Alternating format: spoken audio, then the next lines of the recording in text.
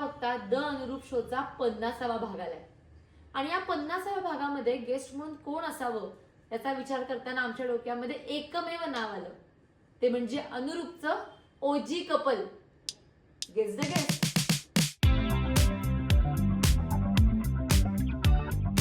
की मुली कॉलेजला लग्न होईतो थांबायची वेटिंग रूम समजतात.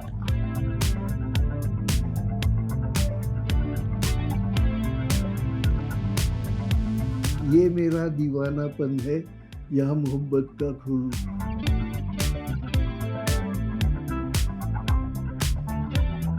ज्यांच्याबरोबर राहतो त्यांना आपल्याबरोबर राहताना बरं वाटलं पाहिजे.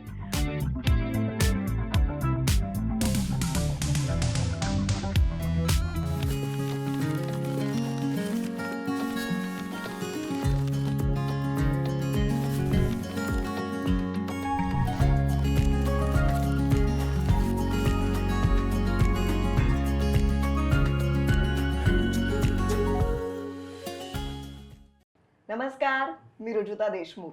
द अनुरूप शो मध्ये तुम्हा सगळ्यांचं मनापासून स्वागत करते. आजपर्यंत आपण अनेक पाहुण्यांचं स्वागत केलंय. आज आपण यजमानांचं स्वागत करणार आहोत. आज आपला 50वा भाग आहे. अनुरूप संस्थेचे सर्वेसर्वा गौरी कानेटकर आणि महेंद्र कानेटकर. नमस्कार. नमस्कार. आपल्याच शो मध्ये तुम्हा दोघांचं मनापासून स्वागत.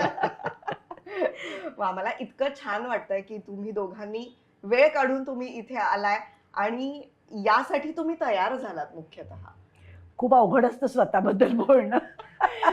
नाही, मी तुम्हाला दुसरं कारण आहे हा की आपण एवढ्या 49 लोकांना बोलायला लावलं, आपण काही करू शकतो की नाही त्याच्यात. आणि मुख्य म्हणजे अनुरूप ही केवळ विवाह संस्था म्हणजे वधूवर सूचक मंडळ नसून तुम्ही त्याच्यावर इतकं काम केलंय. गेली 30 वर्ष इतक्या विविध माणसांना भेटलायत, तुम्हाला वेगवेगळे अनुभव आलेत आणि ही एक सुंदर लग्न संस्था तुम्ही उभी केली आहेत, फुलवली आहेत. तर त्याविषयी अर्थातच आपल्या प्रेक्षकांना आणि मला स्वतःला जाणून घ्यायचं आहे. आणि तुमचं 45 वर्षांचं सहजीवन हा काय आकडा आहे. म्हणजे आपल्याकडे तुम्ही बघितलंच आहे, अगदी नवीन लग्न झालेली, 1 वर्ष लग्न झालंय पासून ते वेगवेगळ्या टप्प्यातली जोडपी आली आहेत आणि तुम्ही सिनियर मोस्ट आहात. येस. म्हणून सिनियर शेवटी. म्हणून 50वा भाग तुमचा. वा, तुम्हाला कसं वाटतंय तुमच्याच पॉडकास्ट मध्ये या ठिकाणी बसून? बोला. पहिलं कारण असं आहे की या विषयावरती आम्ही दोघं इतरांसाठी बोलत होतो, खरं. पण आमच्या स्वतःबद्दल बोलायचं थोडं टेन्शन आहे. टेन्शन अजिबात घेऊ नका. आपण गप्पा मारणार आहोत. हो की नाही गौरीताई? नक्कीच. मग काय तर. मग आता आम्हाला सुरुवातीपासून सांगताय. खरं तर आपल्या पॉडकास्टची सुरुवात कॉल युअर बे वगैरे आम्ही करतो, पण 45 वर्षांपूर्वी ना बे होतं, ना फोन होता, ना मोबाईल्स होते. तर तुमची सुरुवात कशी झाली? तुम्ही एका कॉलेजमध्ये एका वर्गात होतात, बरोबर? तर प्लीज आम्हाला सांगा तेव्हा काय घडलं होतं. कॉलेज 1, वर्ग 1 आणि खूप वेगवेगळे उपक्रम कॉलेजमध्ये चालायचे. म्हणजे हा मला का आवडायला लागला याचं एक महत्त्वाचं कारण आता जेव्हा मी बघते त्यावेळेला मला जाणवतं असं की खूप वेगवेगळ्या विषयावरती परिसंवाद निर्माण करणं, रचणं, लोकांना बोलवणं. साहित्य चर्चा मंडळाचा सेक्रेटरी होता कॉलेजचा. या सगळ्याचं खूप मला आकर्षण होतं, छान वाटायचं. वाचनाची एक परंपरा होती घरामध्ये यांच्या कानेटकरांच्या, आमच्या नव्हती फारशी. एकच फक्त त्यातलं गंमत सांगते की कॉलेजला असताना एक परिसंवाद या विषयावर होता की मुली कॉलेजला लग्न होईतो थांबायची वेटिंग रूम समजतात. हा इतका खळबळजनक आरोप होता की मला असं आठवतंय की मी अशी अत्यंत तावातावाने बोलले होते या परिसंवादात की नाही असं काही नसतं, आम्हाला शिकायचं असतं म्हणून आम्ही येतो वगैरे. पण तेव्हाची ही वस्तुस्थिती होती. बरोबर. की ग्रॅज्युएशन झालं की लगेच लग्न करायचं, ही होती वस्तुस्थिती. आणि एक कारण होतं, मग काय आम्ही दोघं बालोद्यान नावाचा मुलांचा कार्यक्रम असायचा आकाशवाणीला. आकाशवाणीवरती. त्याच्यात एका एकांकिकेमध्ये आम्ही दोघांनी आईबाबांचे रोल केले होते. अच्छा, बर. तेव्हापासून डोळा होता माझा. आणि मग डोळा ठेवून मग पुढे कसं काय काही केलं? नाही, एक दिवस मला वाटलं की नाही, हिला आपण विचारावंच. वा वा. तर मी एक चिठ्ठी लिहिली, हा. I am interested in you, what about you, इंग्लिशमध्ये. आणि आम्ही डायरेक्ट? दोघं आपापल्या सायकल स्टँडमधनं बाहेर काढत होतो, हा. तेव्हा तिला थांबवलं हम्म. आणि म्हणलं हे घे. आणि मी लगेच सायकलवरती पळते. मग वाचल्यावर काय वाटलं? वाचल्यावरती मला असं वाटलं हे काय प्रत्यक्षात येणार नाही, कारण घर खूप ट्रॅडिशनल होतं आणि आमच्या घरामध्ये कोणाचंच लव्ह मॅरेज झालेलं नव्हतं, होण्याची शक्यता नव्हती. आणि मला माहित होतं की मला विरोध होणार. अच्छा. तसा तो झाला, पण ठीक आहे, म्हणजे आम्ही तो मोडून काढला विरोध. पण तुमच्या मनात काय होतं? ठीक आहे, घरून विरोध होईल, पण ते माझ्या वाचल्या मनात- क्षणी तुम्हाला काय नाही, वाटलं? माझ्या मनात होतं, फक्त त्याला रूप चिठ्ठीमुळे आलं. ओके, सो दोघांच्याही मनात थोडं थोडंसं होतंच. मग त्याचं पुढे कसं काय केलं? हे किती गोड प्रपोजल आहे ना. 45 वर्षांपूर्वी चिठ्ठीनी प्रपोज केलं त्याने, हो की नाही? फारच गोड. मग तुम्ही उत्तर कसं दिलं? मी 5 दिवस कॉलेजलाच नाही गेले. म्हणजे तुम्ही घाबरला असाल मग. भयंकर. म्हणजे तर संपलंच. खूप टेन्शन. म्हणजे माझा जणू काही ब्रेकअपच झाला असला. आणि मी सारखं सांगत होतो मित्रांना माझ्या, ते म्हणायचे अरे एवढं मनावर घेऊ नको. तिने मला वही दिली नोट्सची, आणि त्या वहीच्या पाठीमागे लिहून दिलं, ये मेरा दीवानापन है, या मोहब्बत का खून. क्या बात है. आता सूर. सुरुवात कोणी केली? हा प्रश्न अजून अजून अच्छा, ही पण गंमत आहे. मग पण मग तो विचार होता तुमच्या मनात की हे मागचं यांनी वाचावं? ऍक्च्युली तेव्हा नोट्ससाठी वह्या देणं ही खूप कॉमन गोष्ट होती. हम्म. आणि वहीच्या मागे मी पेन्सिलनी ते गाणं लिहिलं होतं. ते मला आवडायचं गाणं खूप, यहुदीमधलं. आणि त्याचा यांनी अशा पद्धतीने उपयोग करून घेतला. हा, मग 5 दिवसांनी आलात कॉलेजमध्ये? मग आणि मग सांगितलं, पण म्हटलं विरोध होईल हेही सांगितलं. अच्छा अच्छा. म्हणजे 5च दिवस घरी बसून विचार केला. काय विचार केलात गौरीताई? विचार ऍक्च्युली नव्हता काही. ओके. हो म्हणायचं हे ठरलेलं होतं, ओके, ओके. पण धाडस होत नव्हतं. हम्म. त्याच्यासाठी मी गेलेच नाही कॉलेजला. आणि मग किती काय घरी कधी सांगायचं ठरवलं, किंवा घरून विरोध होणारे माहिती हा, होतं? पुष्कळ पुढे. खूप हो, पुढे, आम्ही म्हणजे दोघं मध्ये FY ला होतो, हा. 18 वर्षाचे होतो. हा, लहान होतो खूप. एवढ्या लवकर सांगितलं तर अजून पंचायत ना. हा, मग ते पुढं आम्हाला म्हणणार, म्हणजे आमच्या घरी जराही पुढारलेला विचारसरणी आहे, तरी देखील 18 वर्षाचा मुलगा लग्नाची गोष्ट करतोय म्हणजे नंतर त्याला उडवूनच लावणार. हो, बरोबर. आणि मग मला बरेच- वडिलांनी सांगितलं सुद्धा हा. की थोडे तुझ्या ज्या बायको येणार असणार आहे हा. ती आत्ता 8वी 9वीत आहे. ती शाळेत आहे. कॉलेजमधल्या मुलींकडे बघू नको. जरा थांब. बर. मग पण college मग आम्ही पूर्ण एक तर केलं. कसं होतं माहितीये की दिसायला फक्त ते लव्ह मॅरेज होतं, हम्म. पण आम्ही खूप भेटतोय, फिरायला जातोय, अच्छा. असलं काही नव्हतं. त्यामुळे बरेच दिवस ते लपून पण राहिलं. हम्म, हम्म, घरी नव्हतं माहिती काही. हम्म. पण मग ग्रॅज्युएशन झाल्यानंतर घरी सांगितलं, पण तरी विरोध होणारे माहीत होतं. त्याचं कारण असं होतं, शिक्षण पूर्ण नव्हतं, अर्निंगचा कुठलाही सोर्स नव्हता, जॉब नव्हता. त्यामुळे ते थोडंसं मी म्हणजे CA स्टुडंट होतो ना, काय असणार माझ्याकडे. त्यावेळेला आम्हाला 75 रुपये स्टायपेंड मिळायचं. हा. आणि मग मला बँकेत नोकरी लागली नंतर, हम्म. ओके. ग्रॅज्युएशन नंतर. त्यामुळे मला असं वाटलं की झालं की आता आता आता सांगूया ना. आता सांगूया, असं झालं खरं. मग सांगितल्यावर काय रिॲक्शन होती? आईला नव्हतं आवडलं. आता आज ज्या वेळेला मी आई या भूमिकेतनं बघते, हम्म. तेव्हा मलाही असं वाटतं की आईची भूमिका त्यावेळेची बरोबर होती. बरोबर. हम्म. कारण तिच्या मनामध्ये पूर्ण शिकलेला, व्यवस्थित कमावता हम्म. असं असणं अगदी स्वाभाविक होतं. हम्म. एक आदर्श जावई. म्हणजे आई म्हणून तिच्या मनातल्या ज्या कल्पना होत्या त्या स्वाभाविक होत्या. हम्म. आणि तुमच्या घरून काय? आमची आई भयंकर हुशार आहे. तिला सारखं वाटतं कोणाचं तरी लग्न व्हावं. हा, कारण त्यांनी त्याच्यामुळे आई म्हणली तू काळजी करू नकोस, मी आहे तुझ्या पुढे. अच्छा. आणि वडिलांनी आमच्या घरात अशी गंमत होती हम्म. की वडिलांनी हो म्हणो अथवा न म्हणो आईला जे करायचं ते करायचे. वा, छान. त्याच्यामुळे आमच्या घरनं फार त्यांचा पाठिंबा होता पूर्ण हा, सासूबाईंचा. हा. आणि मग कसं पटवलं पाटणकरांकडे? आईचा खूप विरोध होता, वडिलांचा एवढा नव्हता. पण आईला मी म्हटलं की मला हेच करायचं आहे, कारण मला बाकीचं सगळं खूप आवडलं होतं. घरामध्ये खूप साहित्याची परंपरा होती. सगळेच म्हणजे माझे आजी सासरे पण लेखक, सासरे लेखक, सासऱ्यांची सुद्धा 125पेक्षा जास्त पुस्तकं प्रसिद्ध आहेत. आजोबांचे म्हणजे आजी सासऱ्यांची पण 50 पुस्तकं आहेत. आणि ती अजून खपतात. ते जाऊन 20 वर्ष झाली.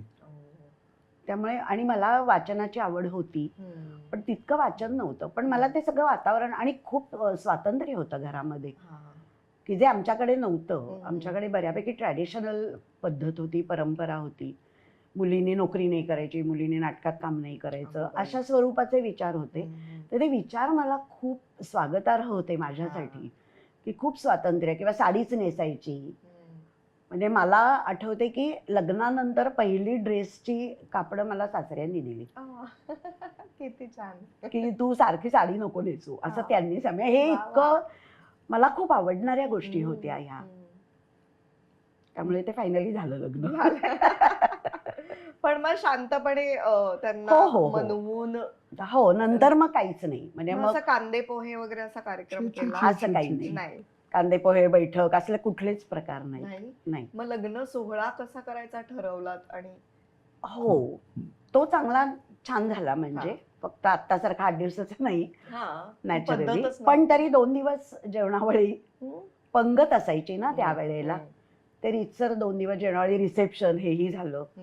कारण माझ्या वडिलांच्या ओळखी खूप होत्या. दुकान होतं आमचं खाऊवले पाटणकर शनिपाराजवळ, आणि त्यामुळे खूप मित्रपरिवार त्यांचा प्रचंड मोठा होता. महाराष्ट्र मंडळामध्ये ते जायचे.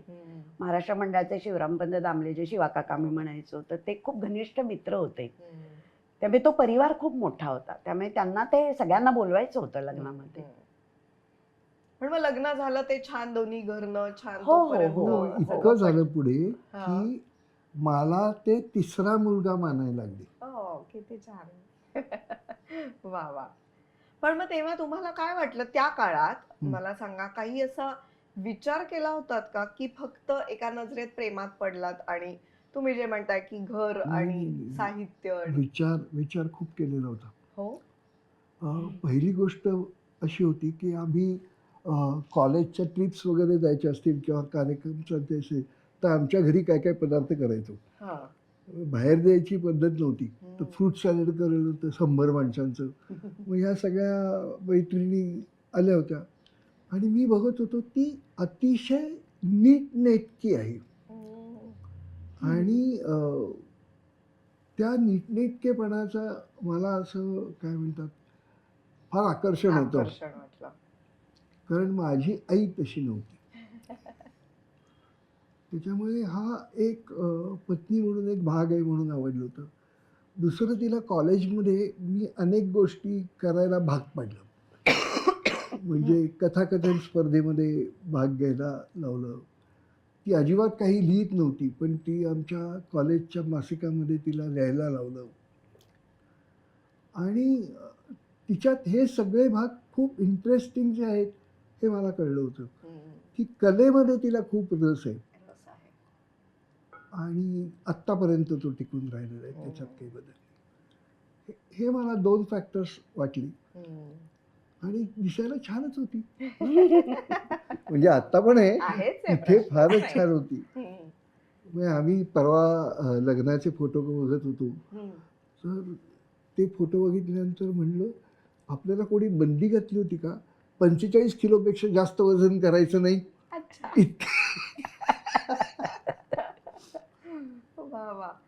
तेव्हाचे काही किस्से आहेत? कारण त्या काळात एकतर घरून विरोध म्हणून आणि आम्ही जे आजकाल डेटिंग म्हणतो तो भाग नव्हता. तो पण तरी अजिबातच तुम्ही नव्हता. प्रेमात होतात, मग कसं एकमेकांना वेळ दिला? थोडा थोडा थोडा होता बरं का. हा. ही म्हणली जरी तो की शब्द नव्हता. नसेल फक्त. हा हा. तसं नाही. आम्ही आपले कुठेतरी आपापल्या दोघांच्या सायकली घेऊन हा. कुठल्या तरी हॉटेलच्या समोर जायचो. हा. पैसे नसायचेच, हा. त्यामुळे कमीत कमी पैशात काय मिळेल ते समोर घ्यायचं. हम्म. आणि म्हणजे मला आठवतं त्याला पुण्यात दर्शन नावाचं हॉटेल आहे. हम्म. तर माझा मित्र आणि त्याची फियांसी हे दर्शन म्हणून जायचे, कारण त्यांच्याकडे पैसे असायचे. आम्ही आमच्या समोर श्रीकृष्ण भवन म्हणून होतं, त्याच्यामध्ये 1 रुपयाला चहा होता. चहा. वा, वा. हे असं होतं. आणि दुसरी गोष्ट होती की हिला फार धास्ती वाटायची. हम्म. आपल्या घरी कळलं तर काय. एकदा आम्ही मॅजेस्टिक गप्पांना गेलो हा. आणि दोघं खालती उतरलो. गर्दी होती त्यामुळे हातात सायकली घेऊन पुढे पुढे जात होतो. मी थोडासा पुढे गेलो, गर्दी होती. 5 मिनिटं बघितले कोणी आलंच नाही. म्हणजे ही कुठे गेली, ही मागच्या मागे पळून गेली. म्हणलं, मला माझा आत्तेभाऊ दिसला तिथे वा, वा, आणि वा. आणि मी म्हटलं अरे राम, आता हा मला बघणार आणि या घरी सांगणार, हा. म्हणून मी मागच्या मागे सायकलवर टांग टाकून मी शोधतोय. आणि दुसऱ्या दिवशी मी तिला विचारलं, हे काय तू एकदम कल्टी कशी मारलीस? ती म्हणली, कोण भाऊ दिसला, अनिल दादा आम्ही दिसला. गप्पा मारतो ते अजून निघतं, तू पळून गेलीस म्हणून. हा केवढा मोठा इव्हेंट आहे ना. हो हो, गेलीच एकदम कुठे आहे वगैरे असं. वा वा, असं घाबरत घाबरत डेटिंग केलं म्हणजे तुम्ही. हो. आहाहा. हे नवीन पिढीला किती गमतीशीर वाटेल ना ऐकायला. आम्हाला बावळ्यात म्हणतील. नाही. तो काळच तसा होता, असं काय. एवढा विचार करतं का कोणी? त्या वयात तर नाहीच. वा वा. लग्न सोहळ्यात असं काही वेगळं घडलं होतं का? एक तर आमचं लग्न अगदी 22 आहे, म्हणजे आम्ही दोघंही 22 वर्षाचे. पण असं असूनही मी म्हणलं तसं कानिटकर खूप प्रोग्रेसिव्ह होते ना, तर ते महेंद्र पण तसा होता.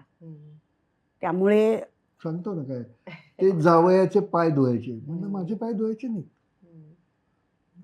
पाटणकरांची सगळी माणसं, नाही नाही नाही नाही, ते जावयाचे पाय धुवायचेच असतात. म्हणलं माझे पाय धुवायचे नाहीत. आणि मी असा उलटा पाय करून बसलो. त्याच्यानंतर वरदक्षिणा द्यायची असते. म्हणलं वरदक्षिणा कशाबद्दल? मी फक्त नवरा झालो म्हणून काहीतरी मला मिळायचं. तर ते त्यांना कुरकुर लागलेली होती की मी काही असं घेणार बिणार नाही. म्हणून त्यांनी चांदीचा नारळ आणला आणि मला म्हणले की हा नारळ तुम्हाला घ्यायला हरकत नाही. म्हणलं नाही, हाही घेणार नाही. आणि मग नंतर माझ्या सासूबाई आणि आई यांनी संगनमत करून तो नारळ आमच्या घरी आणला. पण मला मी घेतला नाही. आणि सगळ्याच बाबतीत असं होतं की काही आवाजवी खर्च करू नयेत असं माझं मत होतं. पण 500-700 माणसांना जेवण हे माझ्या दृष्टीने खूप व्यर्थ खर्च होता. पण ही मला म्हणली ते आमच्या घरी असंच असतं. मग आता म्हणलं तुमच्या घरी तसंच असतं, ते आयुष्यभर आता असंच ऐकूया, आमच्या घरी असंच असतं. मला एक त्याच्याबद्दल आठवण आहे. लग्न 22व्या वर्षी झालं आणि जेव्हा लग्नाला 22 वर्ष पूर्ण झाली तेव्हा हा मला म्हणला आज मला खूप आनंद होतोय, आज पाटणकरांपेक्षा कानिटकरांकडे तुला जास्त दिवस झाले. त्यामुळे आता बहुतेक तू आमच्या घरी असं म्हणणार नाही. पण मला अनेक मित्रांच्या बायकांचंही ऐकलंय, हे ऐकलंय की लग्नाला किती का वर्ष होईना आमच्या घरी असं होतं हे वाक्य बदलत नाही. अजूनही आहे नसेल ना आता. नाही, आता डायमेन्शन्स बदलली.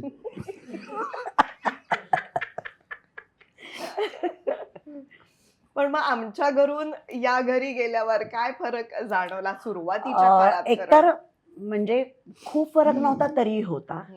म्हणजे कसं आहे की अगदी पहिलीच एक इन्सिडन्स सांगते. आमच्याकडे दर गुरुवारी साबुदाण्याची खिचडी असायची कानिटकरांकडे. आमच्याकडे म्हणजे कारण आप्पा म्हणजे माझे सासरे ते उपास करायचे गुरुवारी, त्यामुळे दर गुरुवारी रात्री सगळ्यांनाच खिचडी असायची. तर नवीन लग्न झाल्यावरती मी आईना म्हणलं, सासूबाईंना, की आज मी करते. तर त्या म्हणल्या कर. आणि मग त्यांनी असं बघितलं ओट्यावर तयारी वगैरे केलेली, मला म्हणल्या मिरची कुठे आहे? तर मी म्हटलं आहे की, म्हणून मी एक मिरची काढली होती. त्या म्हणल्या एक मिरची? त्यांनी असं बचकभर काढून दिल्या मला. आपल्याकडे एवढ्या मिरच्या लागतात. म्हटलं बापरे, मला तर अजिबात सवय नाही तिखट खायची. पण मग त्या ना माझ्या त्या आमटी वगैरे त्या सुगरणच आहेत.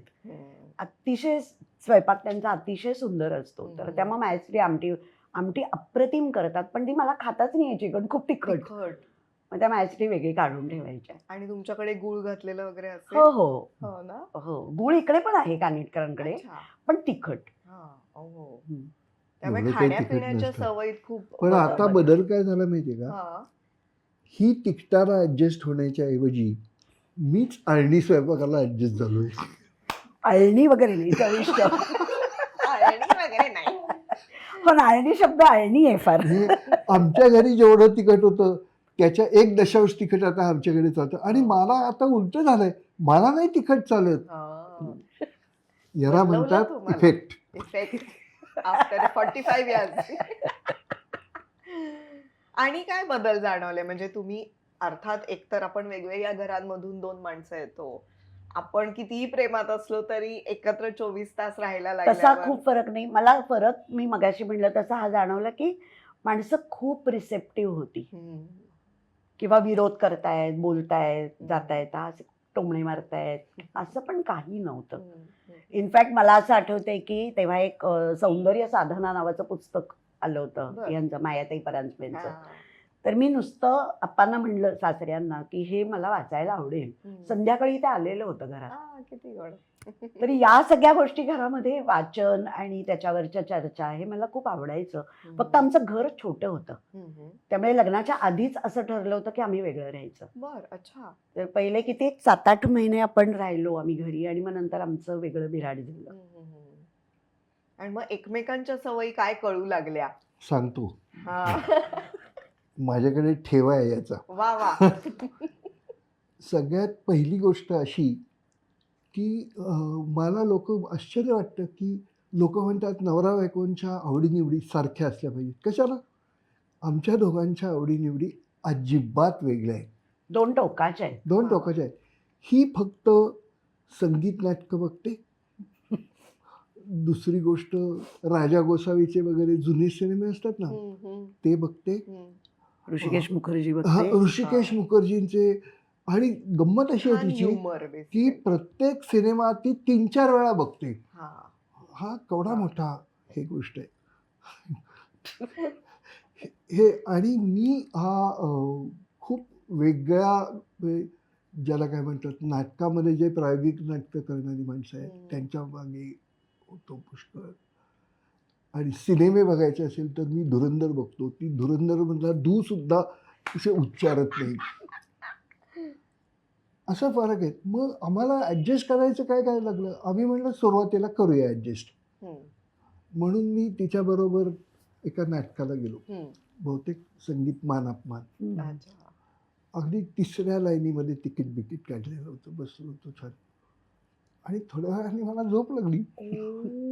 बरं, नुसतं झोपलो असतो तरी हरकत नव्हती. मी घोरायला लागलो. ते आजूबाजूचे लोक म्हणजे अहो हे घोरतायत, इथे एवढी चांगली गाणी चालली आहेत. राहुल देशपांडे होता त्यात. नाही, जुनं ठीक आहे, कोण असेल तो. पण तेव्हापासून मी कधीच आग्रह नाही केला की तू माझ्या बरोबर संगीत नाटकाला ये. मी जाणार. आम्ही आमच्या जातो. मी धुरंधरला कुणाचीही वाट बघत नाही, मी एकटा बघतो. आणि मला असं वाटतं की मी एकटा बघितल्यामुळे मी सिनेमा जास्त एन्जॉय करतो. कारण मध्ये कोणाशी बोलणं नाही, नंतर चौकशा नाही, काही नाही. दुसरी महत्त्वाची गोष्ट म्हणजे इंग्रजी भाषेत ज्याला परफेक्शनिस्ट म्हणतात, मराठी भाषेमध्ये अत्यंत चांगला शब्द काटेकोर आहेत असं म्हणतात, अशी आहे ती. हो. आणि म्हणजे माझा चहाचा कप असा चुकून शेजारी राहिला, कोस्टरवरती राहिला नाही तर बहुतेक ती धावत येऊन तो ठेवेल असं मला वाटतं. आणि मी निवांत आहे. म्हणजे थोडासा पसारा घरात असावा असं माझं ठाम मत आहे.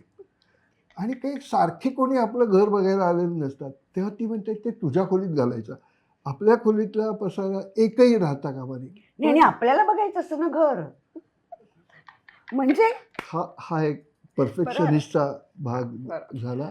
दुसरं काय ग, मी परवा तुझ्याशी बोलत होतो. फायनान्स बद्दल. हा हा हा अरे बापरे, बर. अरे बापरे, असं झालं सरांना. त्याचं कारण ती इतकी म्हणजे पैशाच्या बाबतीत सुद्धा काटेकोर आहे, हम्म, उगाच खर्च करत नाही. हम्म, त्याच्यानंतर जी वस्तू आवश्यक आहे हे 4 वेळा बघते आणि मग सांगते. 5वी गोष्ट, मी समजा आमचं बोलणं झालं की आपण रोबोट घेऊया, क्लिनिंग रोबोट. तर मी लगेच बघून हा कुठला आहे, चांगला आहे, तिला पाठवतो.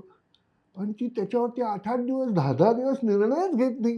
म्हणजे चिकित्सा म्हणजे हे चांगलंय का ते चांगलं असं बघणं. नाही, असं आणि नाही, मग परत घ्यायचाच का. हा, म्हणजे आवश्यकता आहे का आपल्याला. आता बेसिकली फरक कुठे आहे की मला, म्हणजे जेव्हा मी नोकरी करत होते, मी पहिले बँकेत होते होता, हो. 20 वर्ष, तर त्यावेळेला हा इंटरनल ऑडिटर होता. हम्म, तर मग मी म्हणायचे की हे सगळं आता घरातलं फायनान्सेस मी बघते. ओके. तर तो म्हणायचा मी ऑडिटर आहे, मला जास्त कळतं. तर मी म्हटलं की नाही, तू चुका शोधतोस केलेल्या, चुका करायच्याच नाही ते मला माहिती आहे, मी बँकर असल्यामुळे. हो. कारण इंटरेस्ट तेव्हा मॅन्युअल होतं हा, सगळं. तर लोन्सची इंटरेस्ट कॅल्क्युलेशन कधी होतात, डेबिट कधी पडतं, हे जास्त मला माहिती आहे. वा, वा. आणि मुळात प्रिन्सिपलमध्ये फरक कसा होता, माझं म्हणणं असं असायचं की पगाराचा दिवस हा सेव्हिंगचा दिवस, आ, मग खर्च करायचा. याचं म्हणणं आधी महिना जाऊ दे, खर्च करा. उरले तर सेव्हिंग करू. इतका कॉन्ट्रास्ट ना. एवढा कॉन्ट्रास्ट. अजून एक पण आता त्यांनी मान्य केलंय. हो हो, आता ती सगळं करते, मी हो ती म्हणतो. करत नाही, तेवढंच नाही मान्य केलंस तू. म्हणजे माझ्या या प्रिन्सिपलमुळे येस, आता आपल्याकडे सेव्हिंग झालं आपलं हा खरंच, सेव्हिंग आहे, असं आपल्याकडे मान्य पुंजी केलं. आहे. हम्म. आणि मग मी म्हणायची पुंजी असली की त्याची ऊब असते, आणि मग बरं वाटतं ना आपल्याला डोक्यात कुठेतरी. ते कळायला पण बरीच म्हणजे मान्य करायला किंवा वेळ गेला आत्मसात पुष्कळ. करायला. हा, त्यावेळेला आम्ही खूप भांडायचो. हा. तू हे ऐकतच नाही. त्यावेळेला नाही, आत्ता सुद्धा भांडतो. मग तेव्हा खूप भांडायचो, आता हा, कमी भांडतो. हा. असं थोडंसं बदल झालंय ना हा. त्याच्यामुळे. मला जाणून घ्यायचं आहे त्या खूप भांडणांविषयी, पण तुम्ही जो मुद्दा बोलताय तो नाही, हे जे 3 आयटम सांगितले ना, हा, त्याच्याच वरनं त्याच्याच भांडण. आम्ही नवीन विशेष, अजून एक महत्वाचा विषय हा, तो असा की तिला ना असं सारखं माणसांमध्ये जायचं असतं. आणि हा ग्रुप, तो ग्रुप, या मैत्रिणी, त्या मैत्रिणी, आणि त्यांना जेवायला बोलवायचं असतं. हम्म. मग असं आमच्याकडे जेव्हा जेवायला जायचं त्यावेळेला ती म्हणते तू काही करू नकोस. हम्म. मी म्हणतो अगं, सारखी माणसं बोलवायची असतील तर काहीतरी करावं लागतं मला. खुर्च्या लावायला लागतात म्हणे. पण ते, आणि माझा असा कुठे मोठा गोतावळा नाहीये, काही नाहीये. मी जरी मुक्तांगणमध्ये काम करत असलो तरी तिथे मी काउन्सिलर असतो, त्यामुळे पेशंटच्या फार जवळ मैत्रीत वगैरे जाण्याचा काही संबंध येत नाही.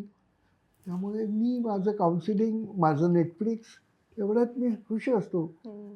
हल्ली फरक काय पडलाय, ती मध्ये अडवायला येत नाही. हम्म. किती वेळ बघतोयस टी व्ही वगैरे, म्हणजे तुझं तू गाणं लाव. पण तेव्हा जेव्हा ती जी भांडणं व्हायची, जेव्हा आता एवढ्या वर्षांनी तुम्ही तो बदल घडवून आणलाय, पण तेव्हा बेसिकली कसं झालं माहितीये का, की सहजीवन, हा, दोघांनी एकमेकांना ऍडजस्ट करायचंय किंवा काहीतरी शोधायचंय, ही कन्सेप्ट डोक्यात नव्हती. हम्म. आणि माझ्या आईबाबांचं सहजीवन हे माझ्यासाठी आदर्श होतं. हम्म. की बाबा रागवले, बाबा जरा तापट होते, कडक होते, पण बाबा रागवले तर आई काही बोलायची नाही. हम्म. नंतर मग ती त्यांना सांगायची आमच्या नकळत. हम्म. आणि मला असं वाटायचं असंच आपण केलं पाहिजे, हा. असा माझा, म्हणजे नुसतं वाटायचं नाही, माझा आग्रह होता. हम्म. आणि याचं म्हणणं असं होतं की आपण वेगवेगळ्या घरात आलोत, आपले स्वभाव वेगळे आहेत, तर असं नाही होऊ शकत की तुझ्या आईबाबांचं जसं आहे तसंच आपलं व्हायला पाहिजे वगैरे, असं नाही होऊ शकत. ह्याच्यावरनं पण आमची बऱ्यापैकी वाद व्हायचे, भांडणं व्हायची. हा. आणि हे दृष्टिकोन कधी आला तर 96-97चा सुमार असेल, डॉक्टर अनिल अवचट कपल्ससाठी वर्कशॉप घ्यायचे. हम्म. हम्म. तर त्याला मी 3-4 वर्कशॉप्सना गेलो होतो आणि तेव्हा मला असं लक्षात आलं की हे खूप सुंदर आहे. कारण ते जे त्यांच्या अनुभवातनं त्यांनी सांगितलं आणि मग त्यांचं एक म्हणणं होतं की एखादी व्यक्ती जेव्हा काहीतरी वेगळी वागते, रागवलेली असते, चिडलेली असते, तर ती आपोआप चिडत नाही, त्याच्या मागे काहीतरी रिझनिंग असतं. तर ते रिझनिंग शोधून काढलं पाहिजे, त्या इमोशन्स शोधून काढल्या पाहिजेत. आणि त्यांचं एक वाक्य आज तागायत माझ्या लक्षात आहे, म्हणजे आता अनुरूपमध्ये काम करताना मी ते खूप वेळा वापरते. त्यांचं ते वाक्य असं होतं की ज्या माणसांबरोबर आपण घरामध्ये राहतोय त्या माणसांना माझ्याबरोबर राहताना बरं वाटलं पाहिजे ही माझी जबाबदारी आहे. तर हे माझ्यासाठी खूप एनलायटनमेंट अशी वाटणारं वाक्य होतं की अरे खरंच की. अशी तिने जबाबदारी घेतली. म्हणजे तेव्हा मला असं वाटायला लागलं की हे लक्षात ठेवलं पाहिजे की माझा नवरा किंवा काय किंवा घरातली माणसं माझ्या वागण्यामुळे इरिटेट होत असतील तर मी चुकते कुठेतरी वागायला. मला माझ्या वागण्यात बदल केला पाहिजे. रिस्पेक्ट घरातल्या लोकांचा ठेवणं. म्हणजे आत्ता तो जे म्हणला की कोस्टर ठेवते वगैरे, तर त्याच्यावर आमचं म्हणणं हे असतं की आपण खूप खर्च करून घरात फर्निचर केलंय तर ते छान राहावं, तर हा रिस्पेक्ट असावा. तर त्यामुळे मग तो आमच्या घरात ठिकठिकाणी कोस्टर्स कुठेही जा कोस्टर असलं पाहिजे. हा, मग आता मला असं भीती वाटते की एक गप्प. आपण त्याच्यानंतरचा हा सुरुवातीचा टप्पा सुरुवातीचा झाल्यानंतर हिनी बँकेतनं रिटायरमेंट घ्यायची कल्पना मांडली. व्हॉलंटरी रिटायरमेंट 20 वर्षाची सर्व्हिस झाली होती का 25? 20. हां. तर त्यावेळेला तिने आईला विचारलं. माझी आई त्यावेळेला अनुरूप वधूवर सूचक मंडळ चालवत होती. आणि ते इतकं काय म्हणतात त्याला पर्सनल आणि घरगुती होतं. पण त्यांचा एक फंडा होता. म्हणजे कसं होतं की त्या जे स्थळ सुचवायचं ते लग्न जमून जायचं आणि सगळी स्थळं मुखोद्गत होती त्यांना. पाठ सगळी पाठ. मग कुणीही अशी एखादी आई आली की म्हणायचे ह्या मुलगा डोळे झाकून लग्न कर असं त्या मुलीला सांगायच्या. आणि ते छान व्हायचं त्यांचं. म्हणजे असं त्यांचं मोडलंय मग बिनसले असं पण नाही झालेलं कधी. ते खूप तिने अनुरूप वाढवण्यासाठी प्रयत्न केले. पहिली गोष्ट अशी होती की फक्त रोहिणी नावाचं मासिक निघायचं वधूवर सूचकांसाठी. तिने मासिक सुरू केलं. त्याच्यानंतर ती डिक्टेट करायची स्थळं. लोक लिहून घ्यायला यायची, वया घेऊन यायचे आणि ती डिक्टेट करायची. आणि तिथे तिच्या पद्धतीने मेळावे होते की त्याचा मुख्य उद्देश लोकांना खाऊ पिऊ घालणं होता. असं ते चांगलं चाललं होतं तिचं व्यवस्थित. पण ती कुठे अशी ॲम्बिशियस नव्हती आणि तिला जे आहे ते चांगलं चाललंय असं वाटत होतं. कारण एवढे पैसे त्या 200 का 300 रुपये फी होती आणि त्या पैशात तिचं भागायचं. कारण त्याच्या बायकाच्या त्या मोस्टली ऑनररीच यायच्या तिच्याबरोबर. माझी आत्या येईल, मावशी येईल, असं कोणीतरी येत जाईल. पण तिने एक महत्त्वाचं काम केलं की अनुरूपला एक लोकांच्या पर्यंत नाव पोचवलं. आणि ते 4 ते 6 असं 2च तास असायचं.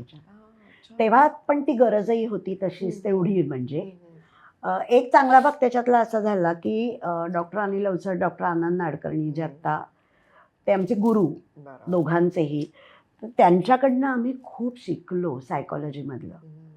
खूप म्हणजे आज तागायत शिकत होतो आत्तापर्यंत अगदी. आणि मग ते सगळं आम्हाला विचार करताना असं वाटलं हे आता अनुरूपमध्ये आणलं पाहिजे.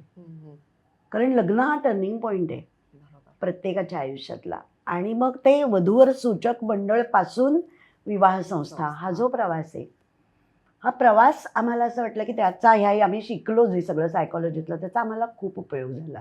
त्याचा मुख्य मुद्दा काय होता? वधूवर सूचक मंडळ तेव्हा जी कोणी होती ती फक्त ही घ्या स्थळं आणि तुमचं तुम्ही काही करा. Data bank. त्यांच्या प्रश्नांना कोणी उत्तर देणारं नव्हतं. म्हणून आम्ही असं ठरवलं की आपण सायको एज्युकेशन इंट्रोड्यूस करूया. म्हणजे सगळे साधे प्रश्न, लग्न मुलामुलींची चिंता पालकांची असेल म्हणजे असे आम्ही किंवा प्रोग्रामच डिझाईन केले. करेक्ट करेक्ट किंवा दुसरा पण छान आहे, लग्न आणि पत्रिकेचं गौड बंगाल. पत्रिकेवरती काय असे वेगवेगळे पुष्कळ एक कार्यक्रम होता सासू सासरे होताना, होताना की आई बाबांनी पण बदलायला हवं ना, फक्त मुला मुलींनी बदलून नाही चालणार लग्न झाल्यावरती. असे सायको एज्युकेशनचे प्रोग्राम करणारी आम्ही पहिले होतो. आणि बहुतेक सुरुवातीला आता सुद्धा कोणी 200 करतं असं माणसं नाही वाटत. कशी बशी जमायची, हाही फरक पडला ना. पण त्याच्यानंतर आम्ही आता 600-700 अशी कितीही माणसं त्या कार्यक्रमाला हजर असतात. आणि हे जसे पालकांसाठी होते तसे मुला मुलींसाठी वेगळे सुरू केले. त्याची पण नावं सगळी, ती सगळी महेंद्रनी दिलेली नावं आहेत. त्याच्यावरनं आठवलं, अनुरूप, हे अनुरूप जे नाव आहे ते माझ्या सासऱ्यांनी दिले. अच्छा. माधव कानिटकर त्यावेळेचे प्रख्यात कादंबरीकार.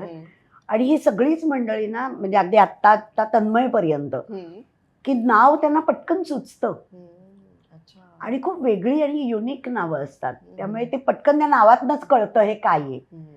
तर तसं मुला मुलींसाठी आम्ही जे केलं त्यात एक कार्यक्रम आहे की रंग लग्नाचे लग्नापूर्वी जाणायचे असं नाव आहे. ते वर्कशॉप आहे, त्याच्यामध्ये सेक्सॉलॉजिस्ट, गायनाकॉलॉजिस्ट असे सगळे येतात. एक कार्यक्रम तन्मयनीच नाव सुचवलंय, लग्न संवाद, लग्नाशी रिलेटेड असलेलं संवाद, कम्युनिकेशन असं आहे. आता एक नवीन कार्यक्रम आम्ही करणार आहोत, त्याचं नाव लग्न प्रश्न. अच्छा. म्हणजे जणू काही यक्ष प्रश्न तशा स्वरूपाचं ते आहे की खुली चर्चा आहे, प्रश्न तुमचे उत्तर आमची, अशा स्टाईल. तर ही सगळी रिलेशनशिप, मनात लोठावर, सोशल मीडिया आणि लग्न, असे खूप विविध प्रोग्रॅम लग्नाचं एज्युकेशन देणारे तयार केले. आता रील्स आहेत, युट्यूबवरती काही आहे, पण त्यावेळेला काही नव्हतं ना. बरोबर. 2001, 2002, 2003 इथपर्यंत. आणि मग आम्ही वेगवेगळ्या तज्ज्ञांना बोलवलं. नाडकर्णी सर आले, अनिल अवचट आले, सेक्सॉलॉजिस्ट शशांक सामक आले, विद्यार्थी Damle, doctor, gynaecologist, senior gynaecologist आहेत अत्यंत.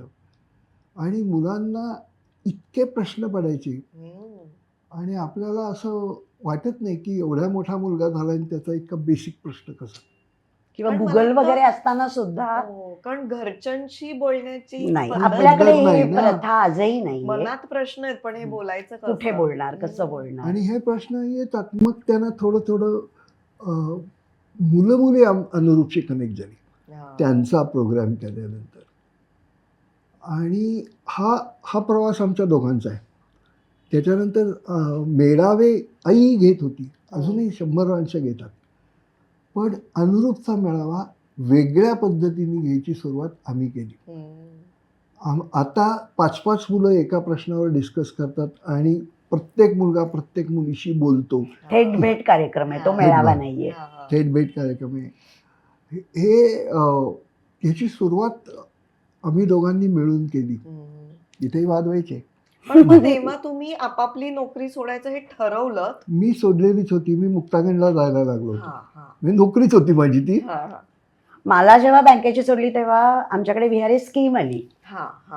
आणि त्याच्या आधीच मला सासूबाई म्हणत होत्या की नोकरी सोडलीस तर वाढवता येईल असं. पण मुलं छोटी होती आणि बऱ्यापैकी पैसे मिळायचे बँकेमध्ये, बँकेचा पगार चांगला होता. आणि मला असं वाटत होतं की मला असं वाटत होतं की 2 तास काम करून आता नाही चालणार, काळ बदलत होता, वाढवायला हवं. तर तो दिवसभर करायची गोष्ट आहे ही. मग जरा मुलं मोठी झाल्यावर बघू आपण, तेव्हा करू. पण 2000 मध्ये मी सोडली नोकरी. आणि तेव्हा माझा मोठा मुलगा की जो आता अमेरिकेत आहे, त्यांनी मला एक अगदी पहिली वेबसाईट तयार करून दिली त्यावेळेला. आणि तेव्हा तो मला असं म्हणला होता, याच्या पुढचं युग हे कॉम्प्युटरचं आहे, तेव्हा तू पहिल्यापासून कॉम्प्युटरमध्येच काम कर. आजही तो आमचं टेक्निकल सगळं बघतो तो.